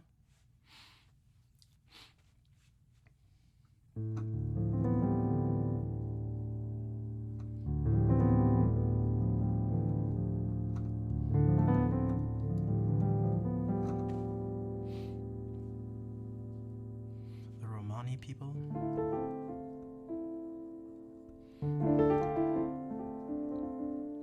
But they do have dances that are, because typically these things are dances, even if not meant to be danced to. Well, they are, but like they're typically dances. But the thing I was mentioning before we did into this, and it ties into, I was asked how you go from how you just play things from what's in your head. I mean, for one, you need something to pop into your mind. That's a little more difficult to explain. What's a little more straightforward is then how you translate that from your brain into what you're actually playing. And in the most general sense, my approach to this has been to engage in as many modes as possible with music, or I guess with whatever you're doing, but we're talking about music here. So that means that the questions like, should I do this or that, are typically answered with, do both. Should I learn to play by ear? Should I learn music? Should I do this or should I do, it's like, do them depending on what your goals are. But if your goal is to maximize your ability to engage with the music, do as much as you can. Try to think about these things in as many ways as possible. So then when you hear a particular sound, so if you hear this, because what if this is in your head? What if you hear this? But you don't know how to translate that. It's like, well, yeah, how are you going to get that out onto whatever instrument you're playing, whether it's the piano, guitar, whatever.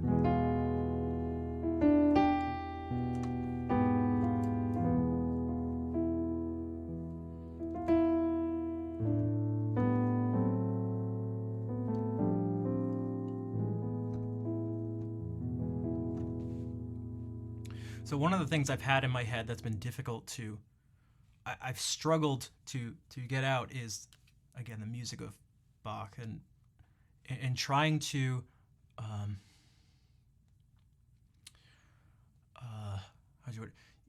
letting whatever that is, giving it a pathway out is part of what this attempt is. Should I go clockwise around the circle of fifths or counterclockwise? Oh, is this like a question like? It depends on what you want to do.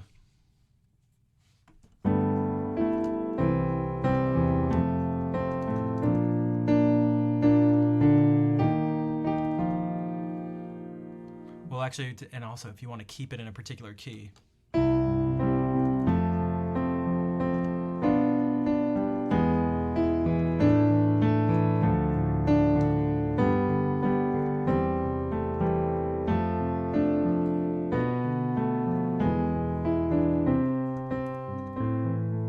For those who are wondering, that's the sound, essentially. That's one of the versions of the sound of going around the circle of fifths. So if you can identify that,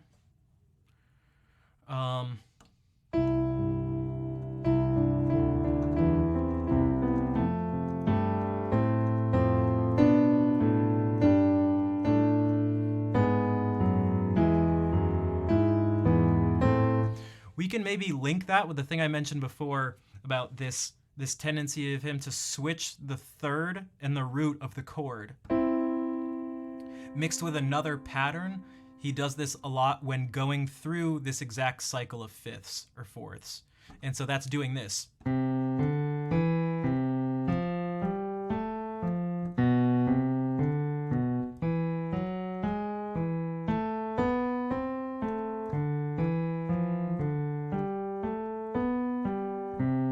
and now it's repeated over because I started on C. So if we just almost in a predetermined way, I like, this is the almost the program. Riven, what's up? How's it going? I'm gonna switch these notes and move by and go through the circle of fifths. What you get is this sound. This is like predetermined now.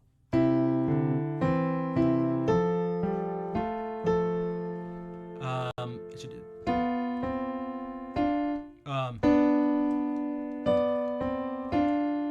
I should actually change it. I should slightly change it for better voice leading.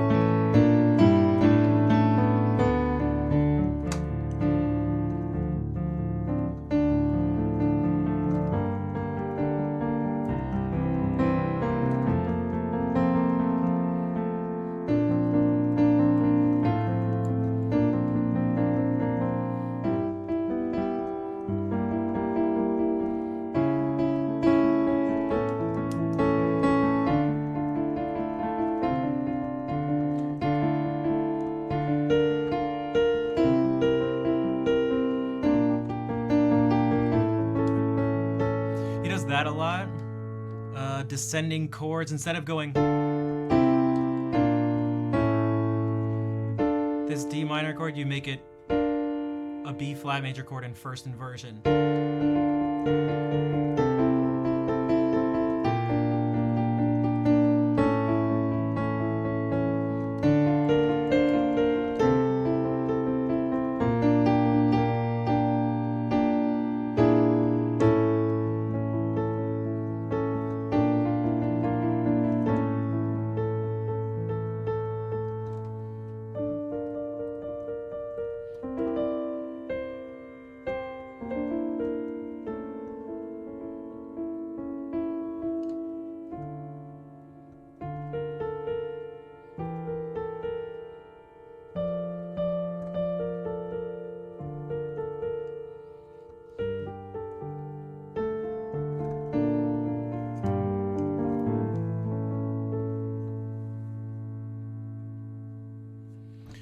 So if we come up with this framework, what I was mentioning in the beginning of the stream, the idea is that it doesn't matter what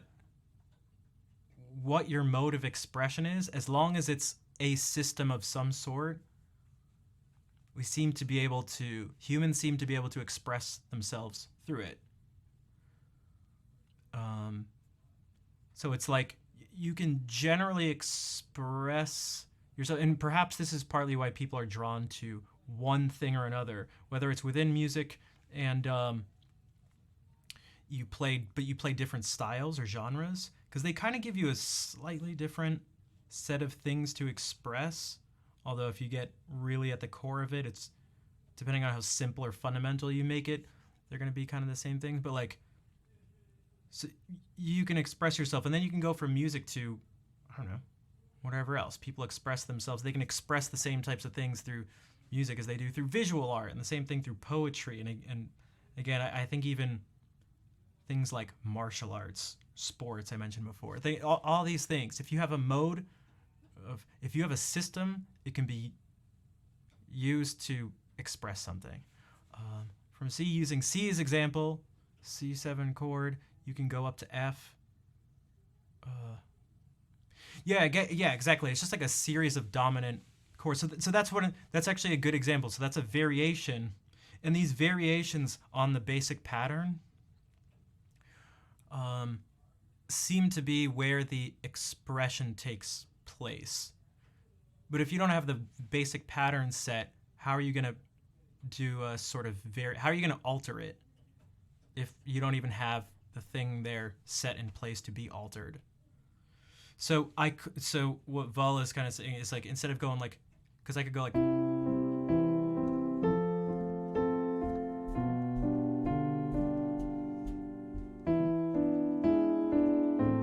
instead of going,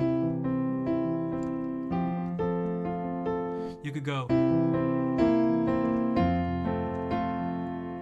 So I added this B flat in here.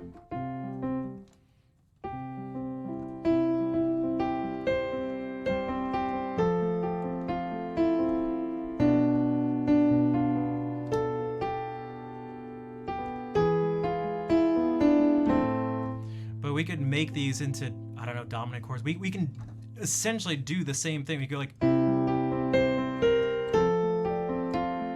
instead of going,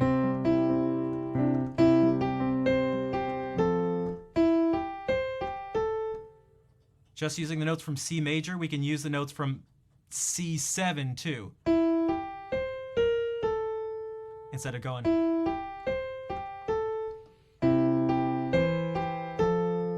Can be.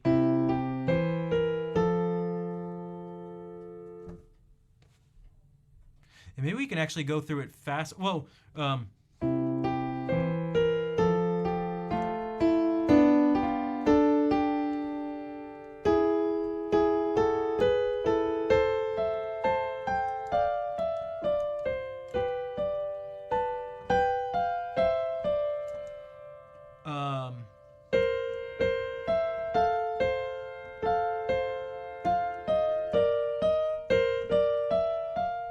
Now I used this E flat. Oh, the piano's frozen, damn it.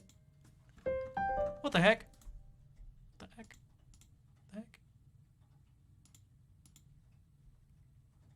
Oh, the program is frozen. Uh-oh. Hopefully OBS doesn't shut down too. I'm gonna have to reset it, I think. Yeah. Hey, KPA, what's up? I feel like I haven't seen you in forever. How are you doing? I hope you're doing well. This is gonna bring up this. Also, I hope the MIDI goes through, because there's a chain of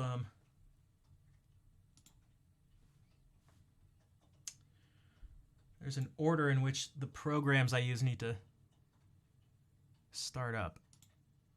Let's do this. Long time. Yeah, it's been a while. Okay, it works. Yeah, I'm doing.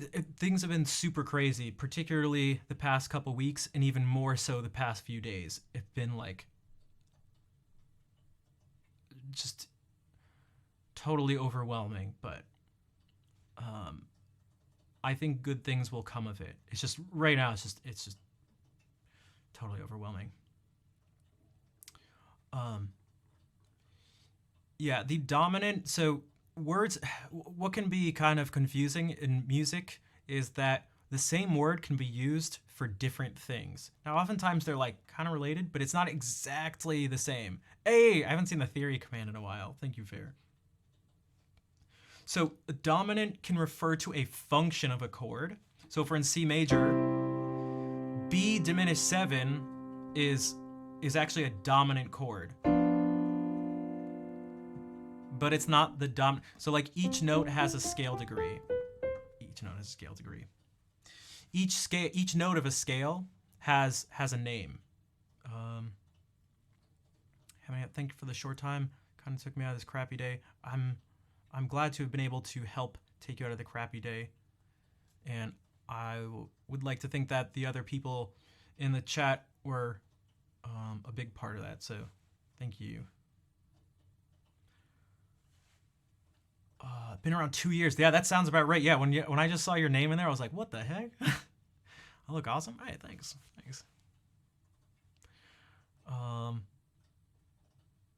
Still doing music. Yeah, I moved. I've been, man. I feel like I've been trying to figure out streaming and stuff like that since I first started. It's been like constantly changing, but this is so far of my head. Yes, this is something that's something I was thinking about too. It's another thing with streaming and something to think about here. This is never, even within a classroom setting where everyone's supposed to be on basically the same level, you're never going to be able to speak to everyone at once. So I think what a good thing would be is for each person to try to take what you can from it. So we'll use this example of what we're talking about as an example. So I'm talking about scale degrees and chords, and this thing is B diminished and dominant and stuff like that. And it's like some people will be able to take from that the specifics that in C major, this chord, this 7 chord is a dominant chord, and so is this 5 chord. What I'm hoping is that the people who are like, what? Maybe take from that chords have different names. Or the idea that a chord can have a function. So for the people that's a new concept. For I'm not expecting you to go like, oh, so it's a dominant function. This one's predominant, and so that comes before something that has a dominant function. Like that's. But some people will be in the position, they will have been prepared by their past knowledge and experience to absorb that information, whereas some people aren't there, so they're prepared to get something else out of the exact same information, if that makes sense. At least that's the way I try to approach learning, kind of in life in general. That I think it allows, when you sort of let go of the attempt to understand all the information in front of you, it gives you the ability to understand whatever you're set up to understand. Meaning, you're in this position, you're presented with this. If you're trying to understand and grasp all of it and you're not ready, you'll like kind of not get any of it. But if you're in the same position, the same information, and you go, I'm just going to get what I can, even if it's almost nothing, just the tiniest thing, then you'll be able to at least get some benefit from it. And then hopefully after a while, you start to see patterns. I watch a lot of stuff on programming, like coding and stuff for video games. I know nothing. I have no formal or informal training, but by trying to just kind of let the ideas and the words hit my face without trying to actually go like, oh, I wouldn't be able to program this or something, or what does that symbol mean? It's like, you can explore that if you want, but there's value to just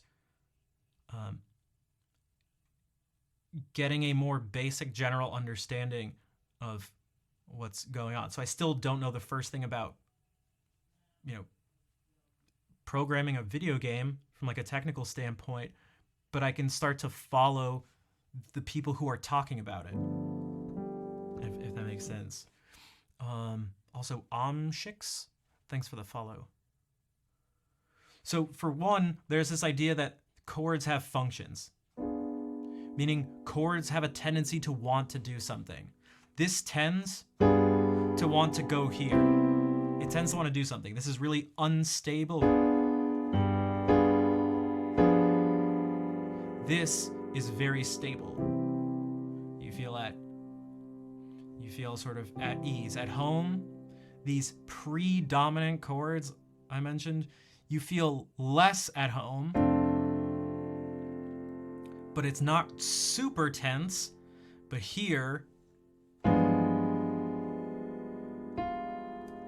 was really tense and resolved. And so we give names to the functions of these chords. But there's something different too. We use some of the same names. Each note in a scale actually has a name. So the tonic, supertonic, mediant, predominant or subdominant, dominant, submediant, leading tone, and you're back to the tonic.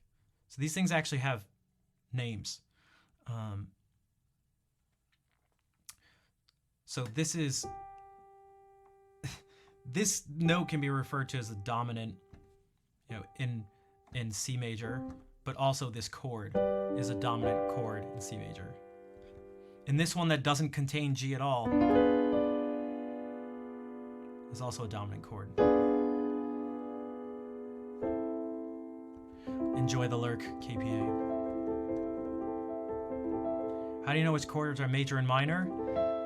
One of the ways you can do it is look at the circle of fifths that Fair linked with that command earlier. It tells you what the key signature is, so that gives you the basic 7 notes to choose from when you're talking about things from a tonal harmony sense.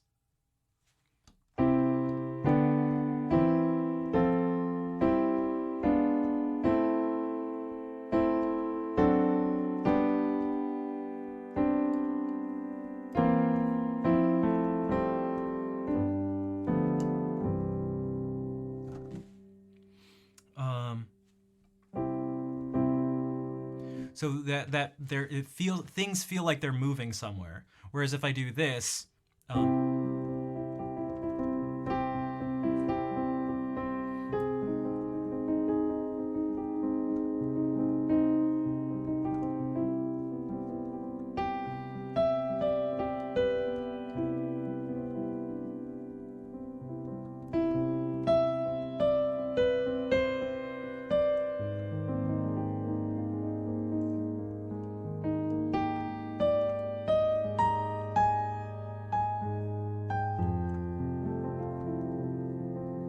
this is non-functional. There's no, the relationship from here to here.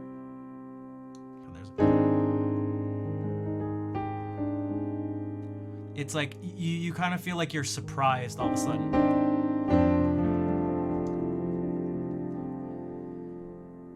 And that just gives you a particular feeling. So it's not better or worse, it's going to be a sort of a different way to maybe express yourself, to get back to the expression thing. So one of the things I thought would be way down the road is somehow connecting these principles. I'm not sure, it may go against the very nature of the system of Baroque music to apply these principles to a non-functional harmony setting. Like, you could even just try it right now. Like, so instead of going like,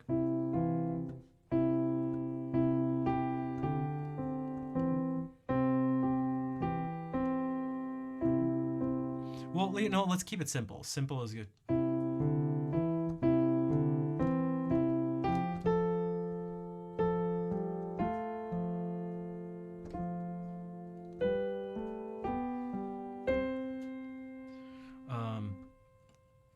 What if we do this?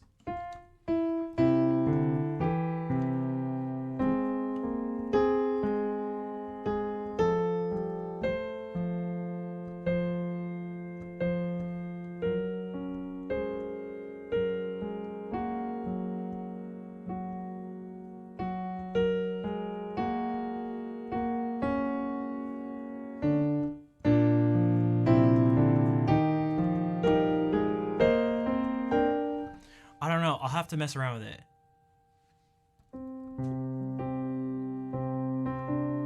So this progression that we were doing before, like,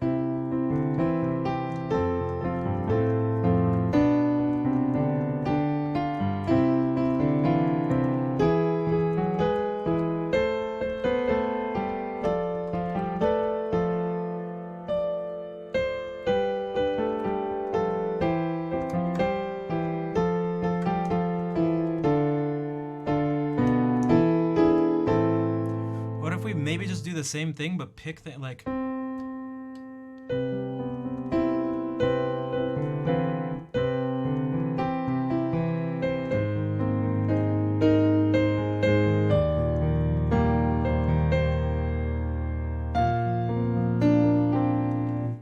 you can't really avoid leading to, well, that's maybe or maybe not.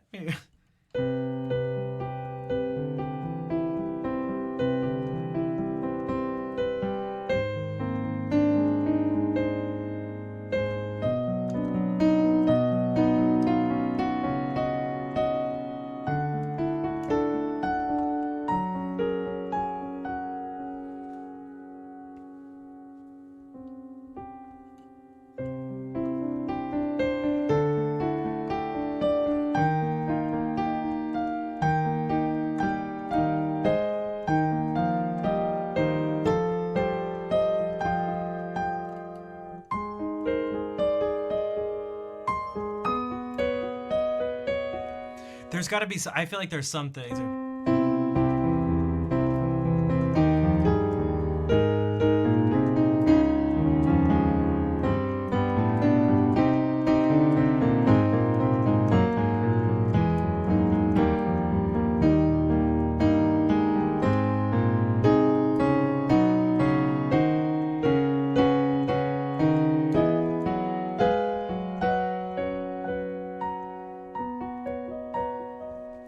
Or we could even take like these things that feel like so everyone kind of knows.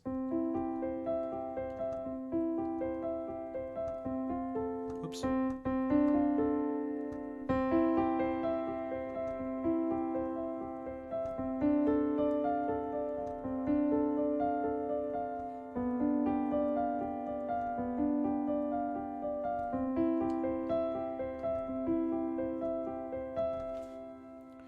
And perhaps we can use that framework. Let me try something.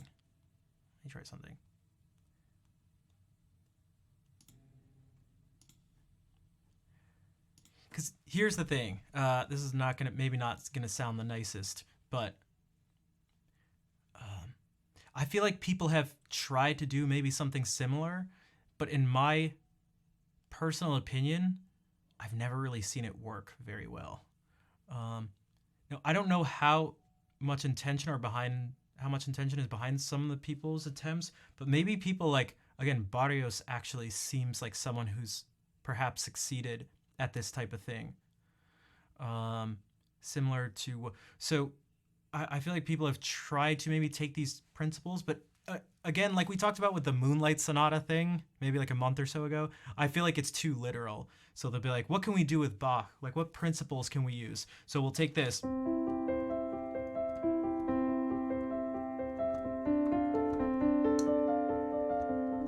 it'll be like,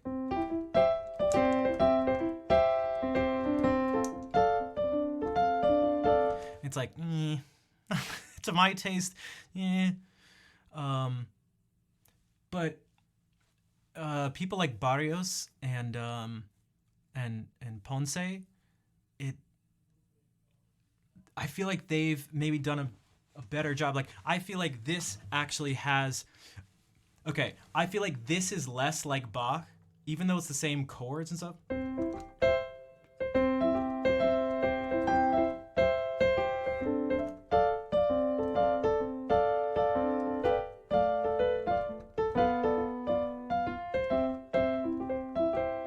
Oh, Villa-Lobos for sure, and actually we know for sure that he was trying to do that at times. I mean, he has that one prelude that's like, I can't remember.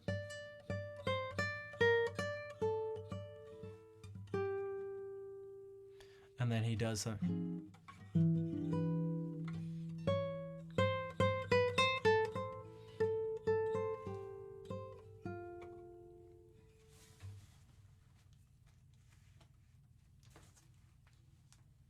I mean, it's like not even subtle.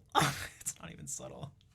I mean, he's just, and I appreciate it. But even that, I feel like is actually less of maybe what I'm talking about. So what I mean is like I feel like this is closer to Bach.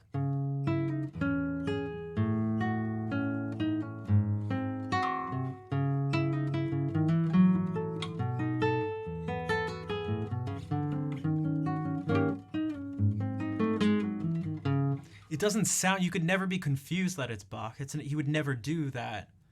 But for some reason, it just feels like if he was born at a later time in history, he might have actually done that. Same thing with the Barrios I was talking about.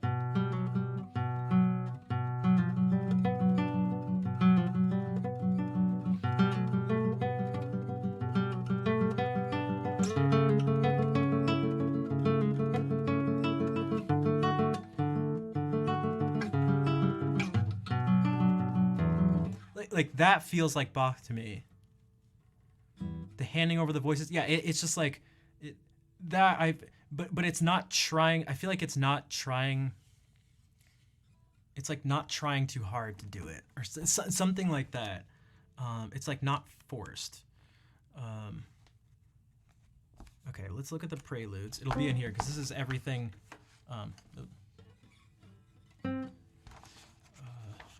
This is all of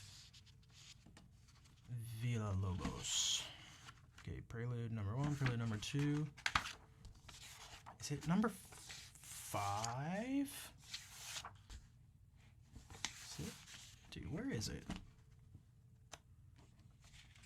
Is it not one of the preludes? Or is it just partway through? Is anyone? Yeah, it's not.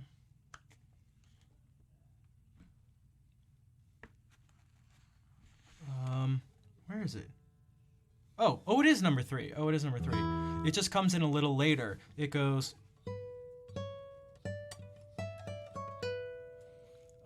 Where is it? Right? I think.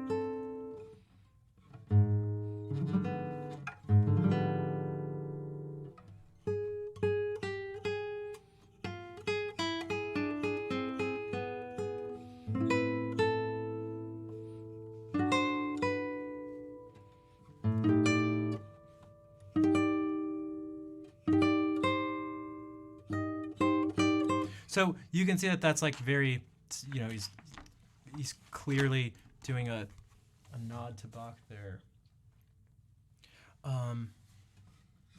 You hear Villa-Lobos? What's up, Jeff? And ST, what's up? Enjoy the rest of the stream? Thanks. So what I was just doing was part of the 3rd prelude by Heitor Villa-Lobos.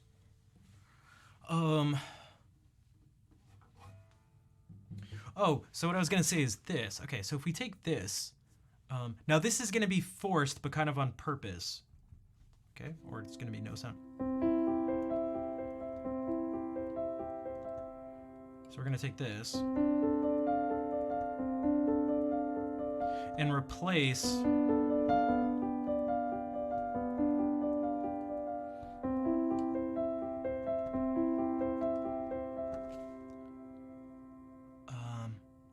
the actual chords themselves with maybe something like I'm gonna do my best here. I'm just making this up on the spot.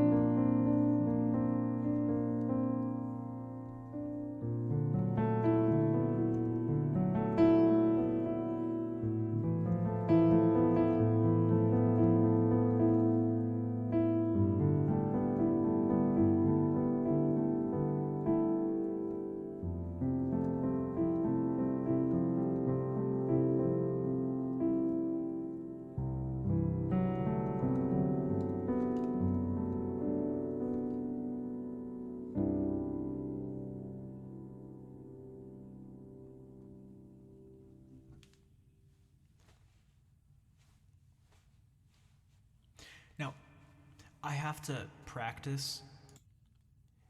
It takes actually perhaps a surprising amount of focus, not to come up with the notes, but to keep the pattern consistent. Thanks for the claps. And Freckled Farmer, what's up? So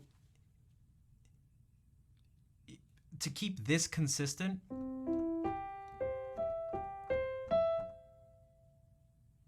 we're gonna have 5 notes each time. We're gonna go up all 5 and then do the top 3. And that's what repeats.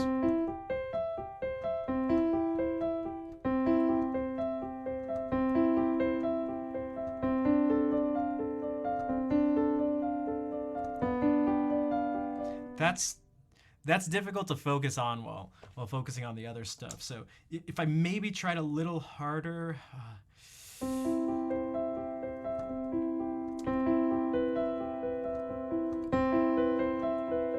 what if we start with the same thing?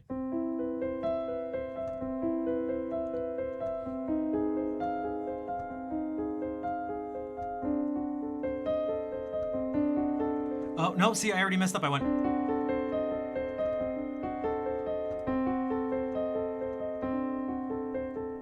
What was the goal of the improv?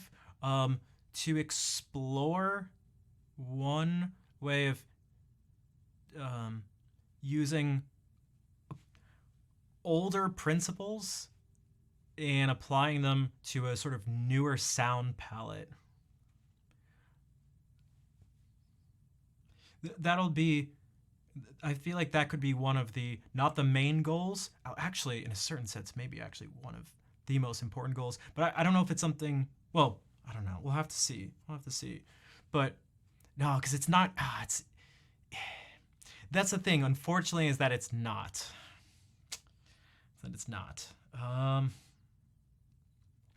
Now, I think also, Juan, what's up? You like hearing the Four Seasons by Vivaldi? The thing is, we can use those harmonies that are often found in jazz, typically, which is, if you notice, that's like part of what I did. I feel like that you could call some of these chords and stuff jazzy or something that I played, but like in some of these movements, although, or I actually I did this just a moment ago.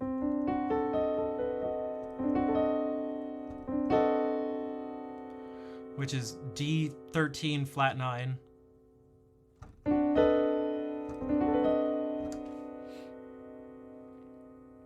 But with C in the bass instead of.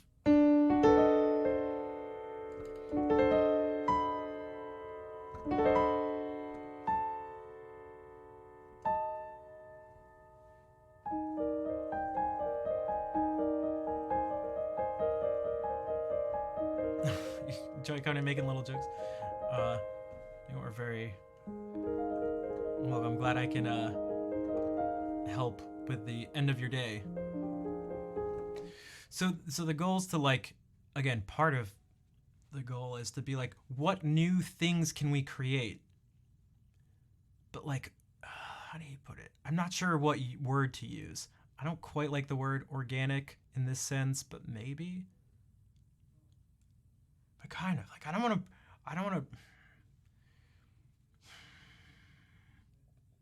Okay. I don't want to take the picture that already exists and like mold that already existing picture. That's not what I mean as inspiration. I want to like take the picture, look at the things that the initial sort of conditions that created the picture, and slightly alter those to create a new picture that would have never been created before, if that makes sense.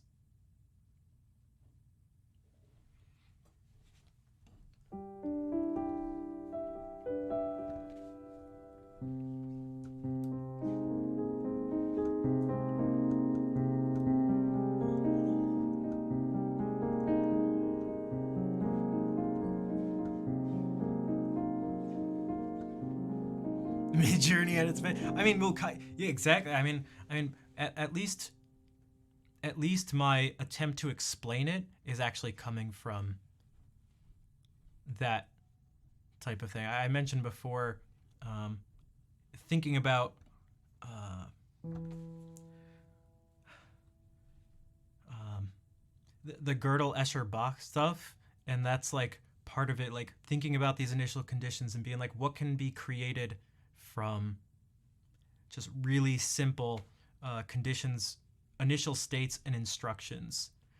And although this isn't really it, it's only somewhat related to that, but that would be the thing. Again, you don't alter the picture, but you give it a new starting point, but it's sort of it's sharing some of the same principles from before.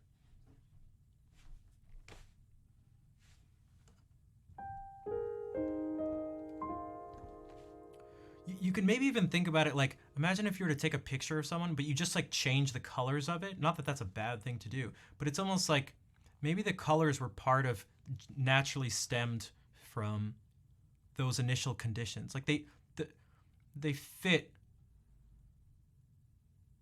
they fit from the beginning what was being created. So to take the thing, you see this final product, and it all stemmed from something here. And so if you take the final product and just now you're starting here, you're not going back here, and you're just swapping things out, I feel like maybe they don't actually go together.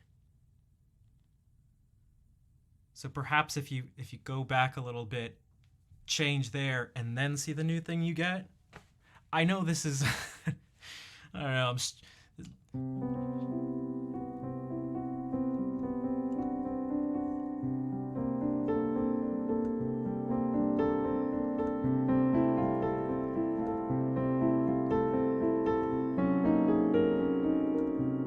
I probably shouldn't use this.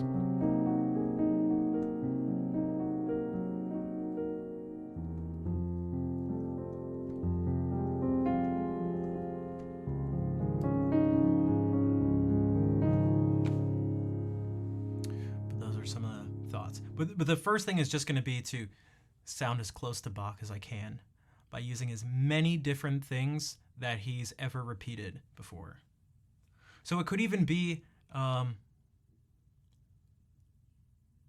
MBTI personality.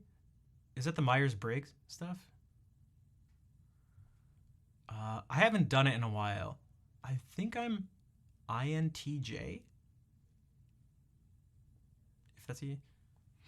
But like Villalobos did this, so he went like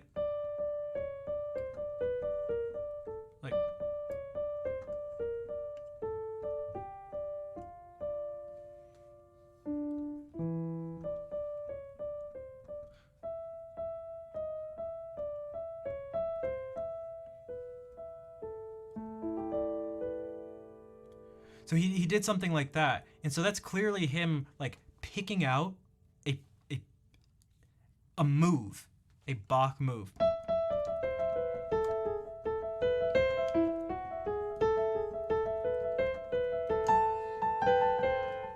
Right, so he's picking that out, and that's not the only time we see that. But this like upper pedal thing, that's also characteristic of his wedge fugues.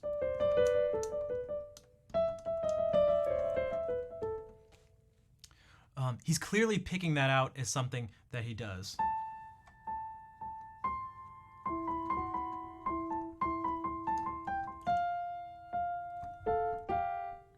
Because he does something like that too.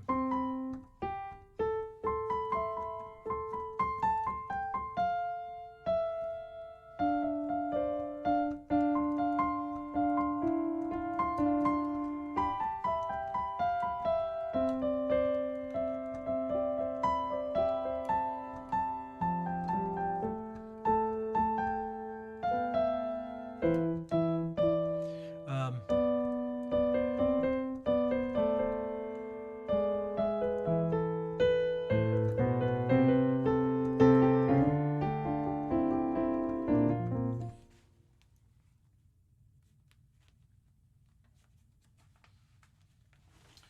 I'm gonna read some stuff by Bach, and maybe we can pick out some of this stuff.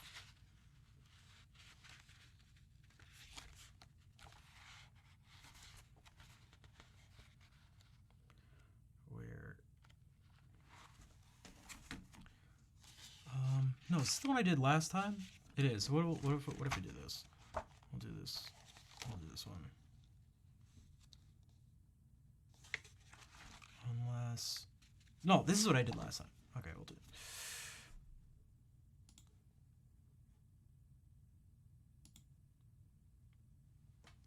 This is from one of the lute suites by Bach. If you're curious, BWV 997. Yeah, what do we see? So we see this. You're gonna hear this at one point.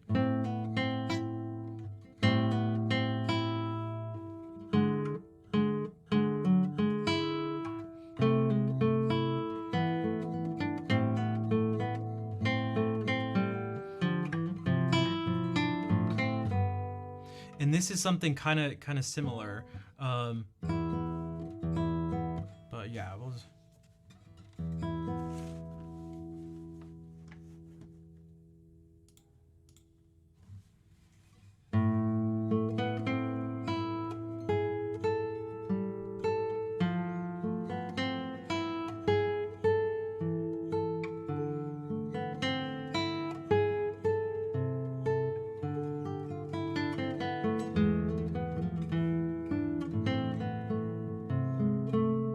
I just have to point it out. Guys, we got another version of...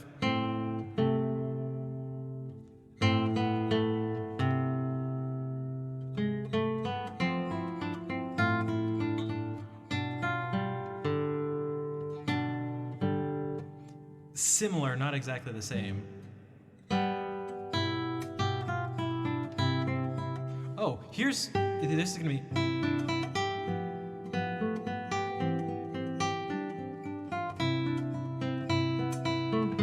Here we go.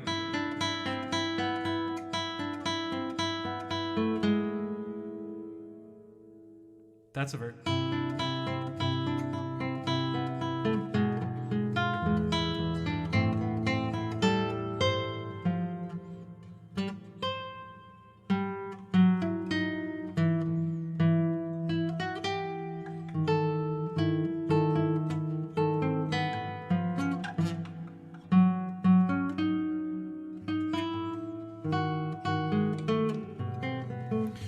That's a nice, yeah, I love this. It's a nice little move. So it's like, what's this move? And we can kind of turn it into this. We can go like,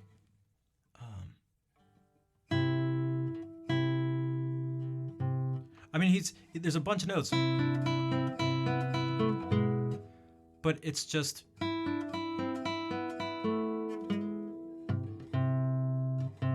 this is what's happening here, and then above it.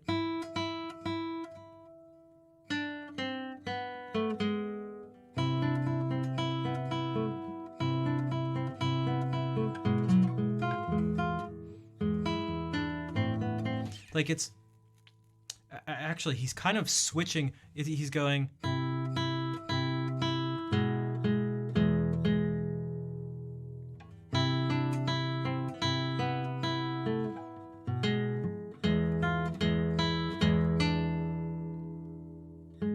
If that makes sense. So he's just going, instead of having the top note repeat,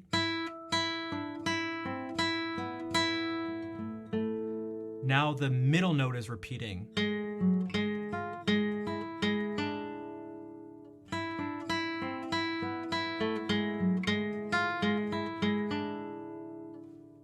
Right, so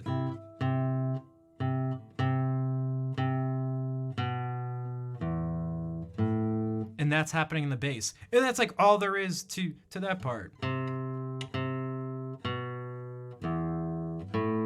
But that all comes together as this. And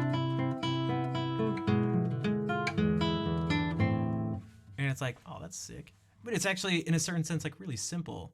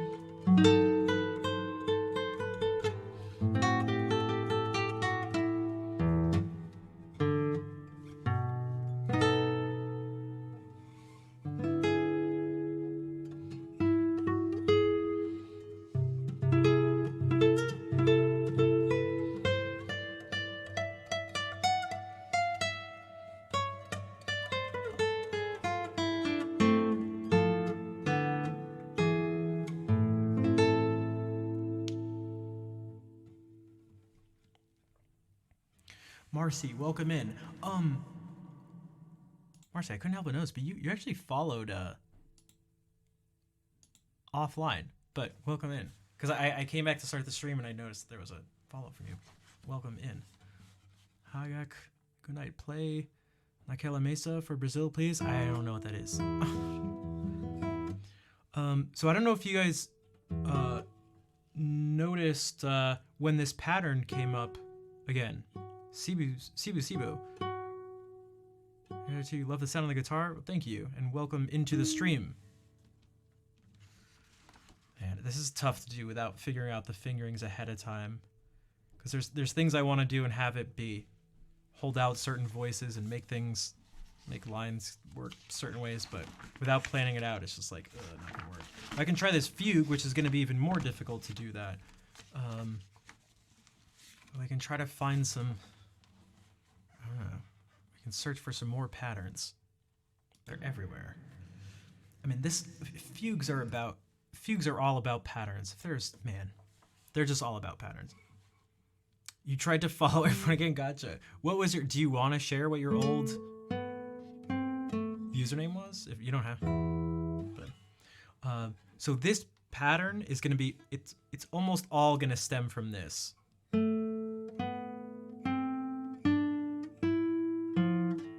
Chickeny. Oh, okay. Marcy's maybe a little easier to say or kind of think about, but gotcha. What's also going to be here is not just this main theme, the subject, but also what they call the counter subject. So when we hear that theme again, we're going to get this.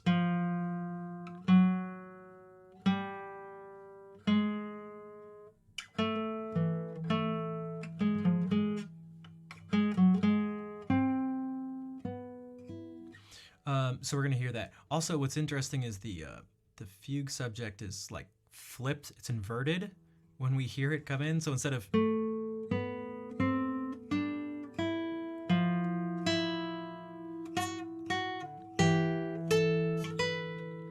that's what it should be. But for those who were there a couple weeks ago when I mentioned that even when it comes to fugues and stuff, like you learn in school that a fugue is this is how it goes. Well, it's like, I don't know, tell that to Bach. His answer is starting on the right note, but now the answer is an inverted version already right off the bat of the subject.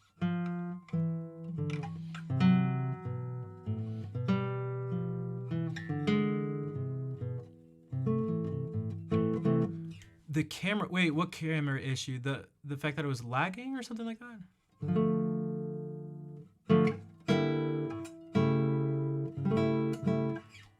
Which I actually don't know if I mentioned that. Apparently a tech came out, I talked to Verizon, and they said that the outages or the issues, it wasn't specific. It was okay, yeah. I don't think I mentioned that. That was another thing that was a pain in the ass to deal with. Oh my god, because it always is. They said they needed to change a network card in the area, and that it wasn't specific to me. When they went to check it, everyone in the neighborhood was having that issue. So they couldn't be sure it was resolved, and they said they were going to call me tomorrow to see if it got messed up again. But so far it's been fine. So hopefully that fixed the issue. So.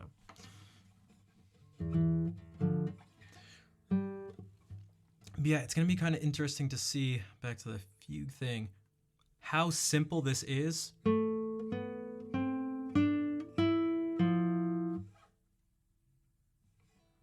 And then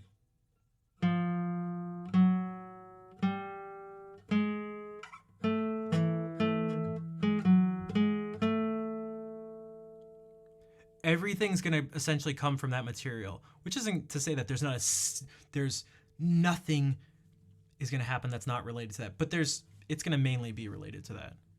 So, yeah. So it's like back to our thing of like these initial conditions along with instructions. It's like these are the initial conditions,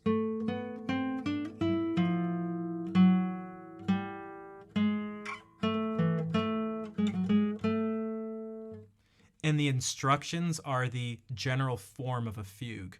And it's like, this is one of the things that can be when it's sort of, when the initial conditions and instructions are like passed through a human, and in this case specifically Johann Sebastian Bach. It's like this is one of the things that can be generated from something very simple.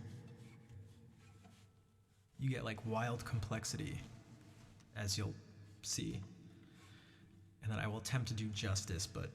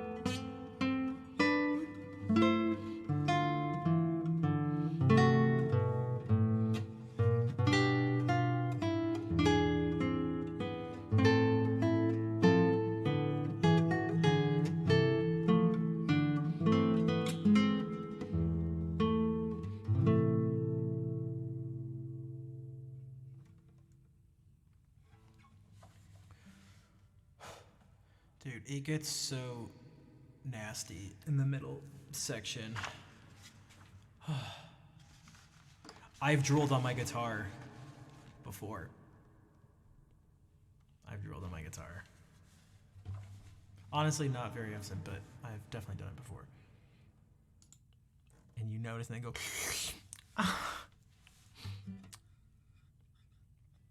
Thanks, Ruth.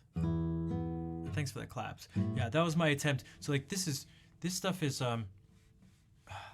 it's really tough because you want to keep so much of the time you want to keep certain things held out very specifically.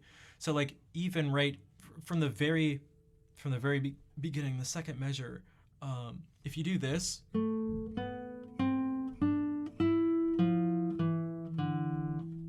that probably sounds like it just went.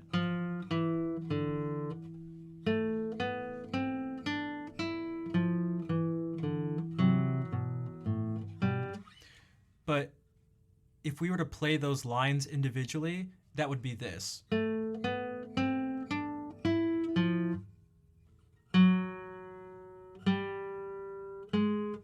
And what you want it to do is go.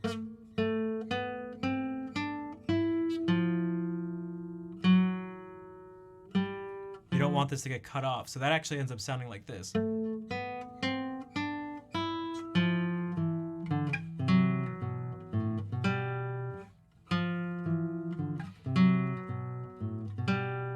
But if you went, oh, I can play an E here like this, or sorry, an F. Well, I need to play an E. And if I'm now only set up to do it on this string, and you obviously can't play two notes at the same time on one string. So without knowing what's going to happen ahead, it makes this type of stuff super difficult to play an out like that. And this is probably that's probably the simplest example, which is actually why I was able to do it.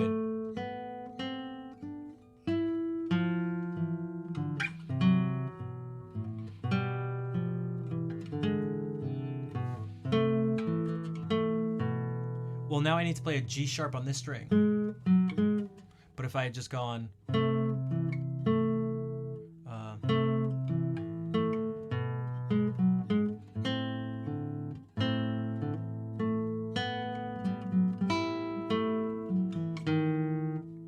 so we get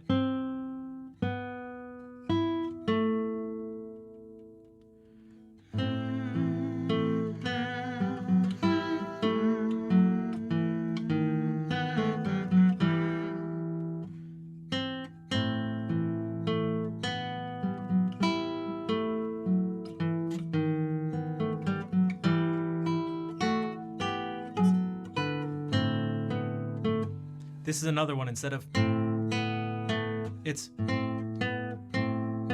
so that you hear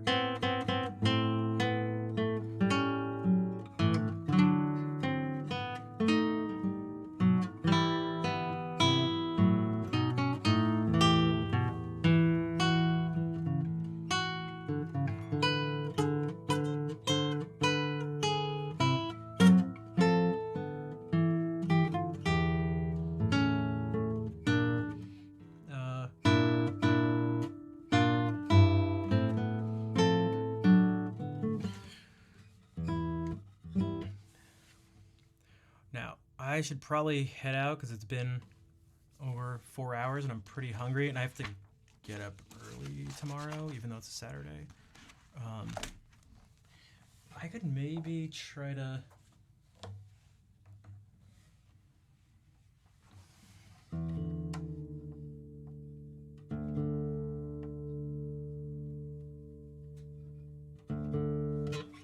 thanks for the claps.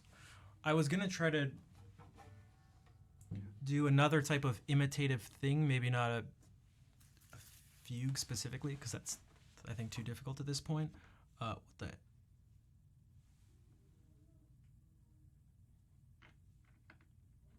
Okay, there we go. But using this same thing. Hey, Fair, thank you for the bits.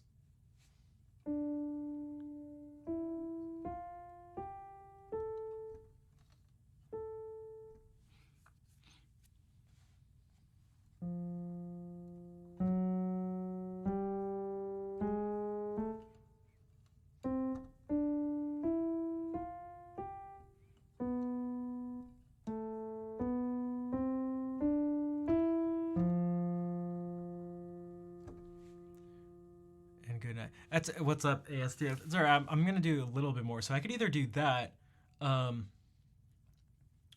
or I could try. I mean, I could just play the normal ending song, but I could try to do. I could try to use the ending song.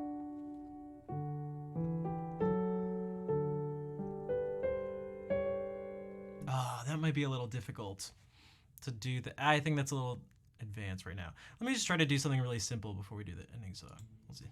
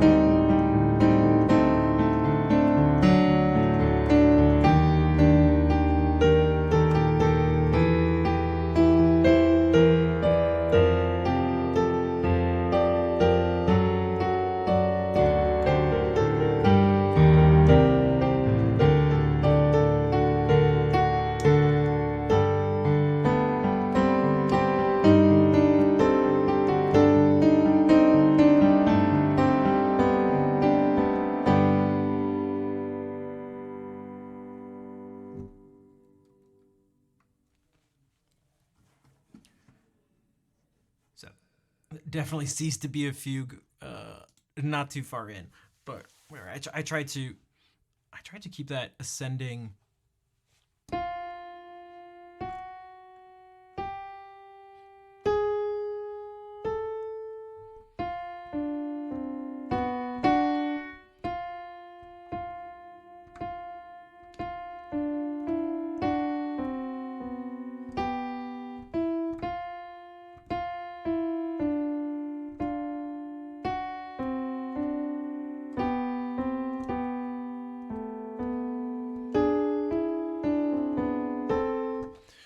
Thanks for the claps.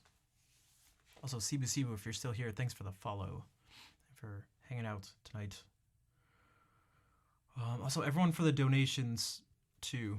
I was pretty anxious. I almost didn't put up the donation goal, but that's gonna be up. To be totally honest, it's gonna be up for a while, but I'd like it to be up for as little as possible. But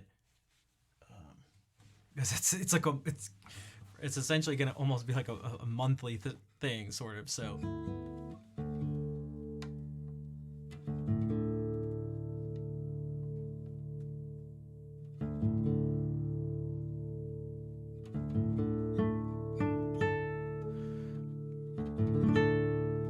Yeah, I'll keep you all updated on that.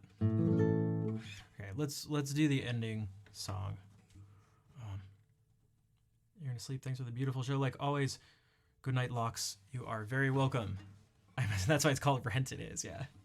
It's like, dude, we just completed that donation goal last month. What the heck? What the heck, dude? Start it all over again.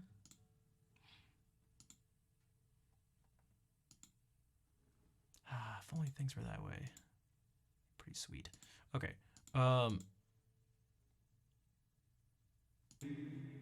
right. It's Catalan folk song time.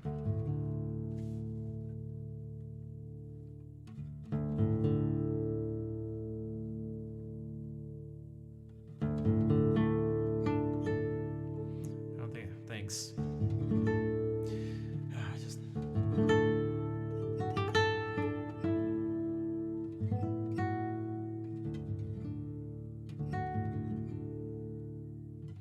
Let's do this.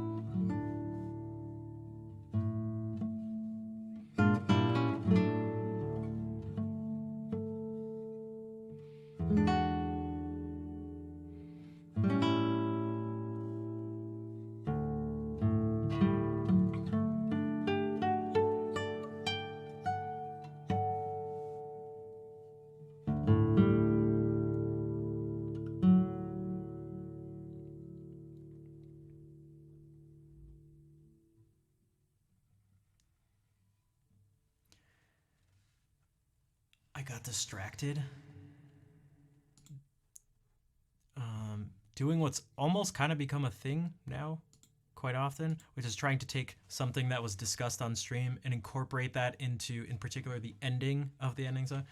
And as I was thinking about it, I just messed up something, and I just played some wrong notes. It wasn't on purpose, but it kind of made a new melody right at the end. But thank you for all the hearts. Good Noodle Mom, what's up? And yeah, it's not that I feel like, look, I'd like to be able to follow that logic. I mean, the logic makes sense, but unfortunately, our emotions and stuff like that aren't. They're not rational at like a surface level or something. Like you can always find out why they are, but they're not like rationalized into existence consciously, so you can't consciously like rationalize them out of existence. Because I know that. So I can't even tell myself that. I can't even be like, don't worry about it. It's like my brain just doesn't care. It just doesn't care at all. Hey, what's up, Sapphire?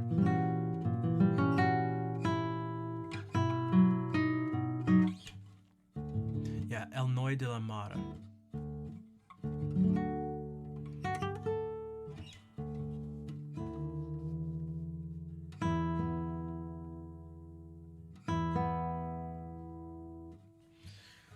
Okay.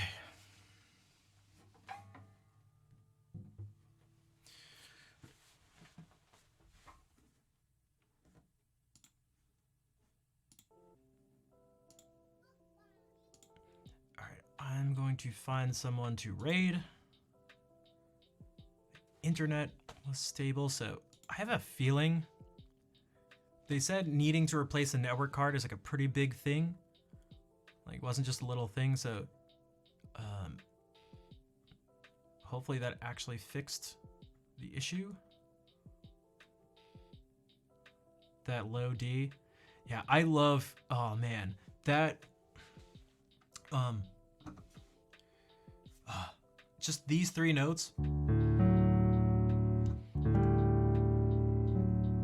Yeah, like for the ISP, like not on my end, they had to, I called them after the stream and set up something.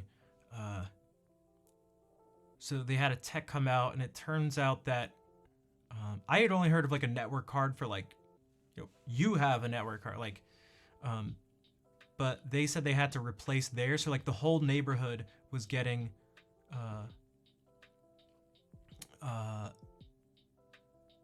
the whole neighborhood was having the exact same problem.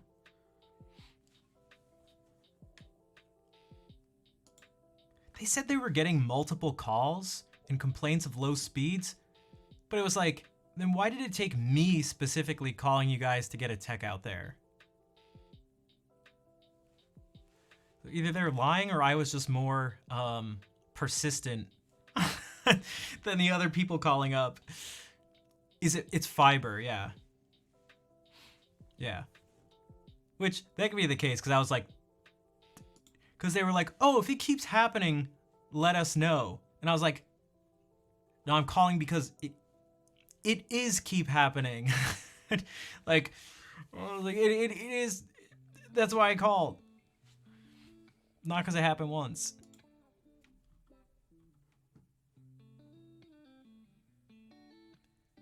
I don't think so, because they gave a ticket. Like, I don't know. It seems weird that they'd come right after. But yeah, I don't know. But it seems like that's what it ended up being. Regardless of whatever. But sometimes it's so frustrating. I try to be really understanding. In as many situations as I can. It can be difficult, but like, I'm gonna be totally honest. Like, I feel like sometimes help support, like, people and like tech support people just aren't listening. Like, actually just like aren't listening. Not like missed a little detail, but just like are not paying attention or something. Like, it can make it really difficult to talk to them at times. And I try to do, because I feel like matter-of-fact statements can end up being like really rude. But so here's what I mean. So it's like, the script sort of thing, maybe I can understand. So it's like, oh, if you tried, um, resetting your router and modem or something, it's like, if I was like, what do you think I am, stupid, I didn't try that? That's not fair, because they're supposed to do that. But the whole thing was like, I told this person like multiple times. It's like, yeah, the thing is, it keeps happening at 9 p.m. And it happened, so it's like, it happened tonight, it happened the night before, it happened like a week before that, it happened, and it's like, well, if it happens multiple times, let us know, and we'll send someone out. Now, it wasn't like right after, but like pretty close after me saying it, I was like, what? I was like, what? I don't know, like, it did happen multiple times. And that was just one example, but it was like, it was a lot of that kind of, it was a lot of that kind of thing where it's like, guys, it's in, and it's working fine now. So if you test it, it's going to be working, but it's intermittent, it cutting out or something. It's like, well, we can test the speeds right now and see if it's fine. Cause it looks like it's fine right now. It's like, I know.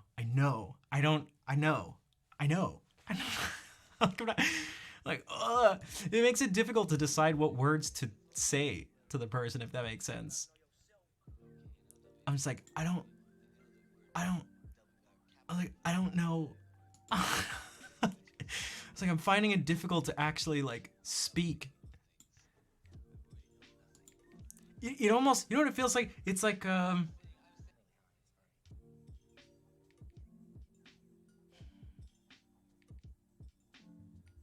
it's almost like you're speaking to a robot or something. So I was thinking about all this stuff around AI and consciousness, things like that recently. And I was trying to think of like, what are some situations where you feel like a person isn't aware of what you're saying? What are the times when you feel like someone is? When they were like respond in a somewhat predictable way, even if you don't know what their response is going to be, it like makes sense. And if someone deviates from that, it's like, it's not, maybe not uncomfortable, but it's like very bizarre. It's very bizarre. And so I often, that's like the feeling I get, where it's like, I feel like I'm in a bizarro world talking to them sometimes. And it's like, yo, I don't know what words to choose anymore, because I feel like the connection between the words spoken and like what I'm receiving back from them is like it doesn't make sense. And it's like, what is happening? What is happening? I don't know what to do. Did I like swap into a different world? Like, what is this? I swear I know how to speak English. Also, anti-creativity, what's up? It has been a long time. Sorry, I just had to found the Sword Studies book. Nice. So those numbers are fingerings for the left hand. So 1, 2, 3, 4. And then if there's a number with a circle around it, it tells you what string it is. Not some phone guy trained to sell you a contract. Yeah, it was like, dude, like, but I actually brought that up too. And this was one where I had to be like a little patient or something, because it was like, she's like, I'm gonna be honest with you. As a customer myself, you gotta expect things to not be like perfect all the time. I was like, yeah, but if it's supposed to be, around 1,000 megabits, it never actually is, but it's pretty close. And it's like, to go from that to 20 megabits per second download, it's like, that's significant. And I forget the word she used, but it was kind of funny. She's like, okay, that is terrible. And so, but it was like, and it's like, this isn't one of those things where it's like, oh, it's just not perfect. It's like, this is becoming unusable. I was like trying to watch some streams after the stream, and they were just cutting out. People's streams like weren't loading. We rated Emmy, and her stream just kept stopping. And that's why I even told her, I was like, I'm having internet issues. I have to go. Because it just kept stopping. But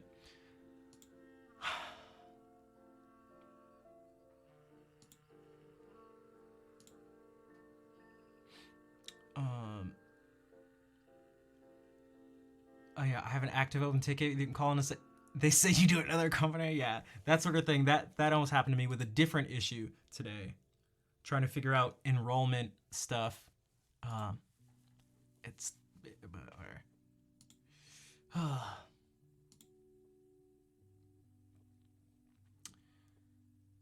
okay. I need to eat food. Again, let me. Okay, raid target. I got distracted. There are so many people stream. Oh, we haven't raided Billy in a while. Actually, we definitely haven't raided him since TwitchCon. He was jeez. He was a very cool person to meet. Very friendly and down to earth. And I feel like just like he is on stream, so which is always nice to see. So yeah, I'll be back Sunday.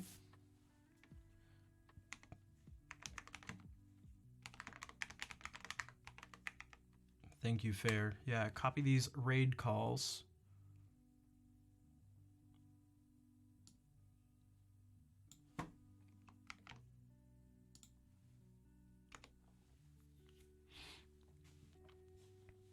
And yeah, thank you everyone who was hanging out in the stream today.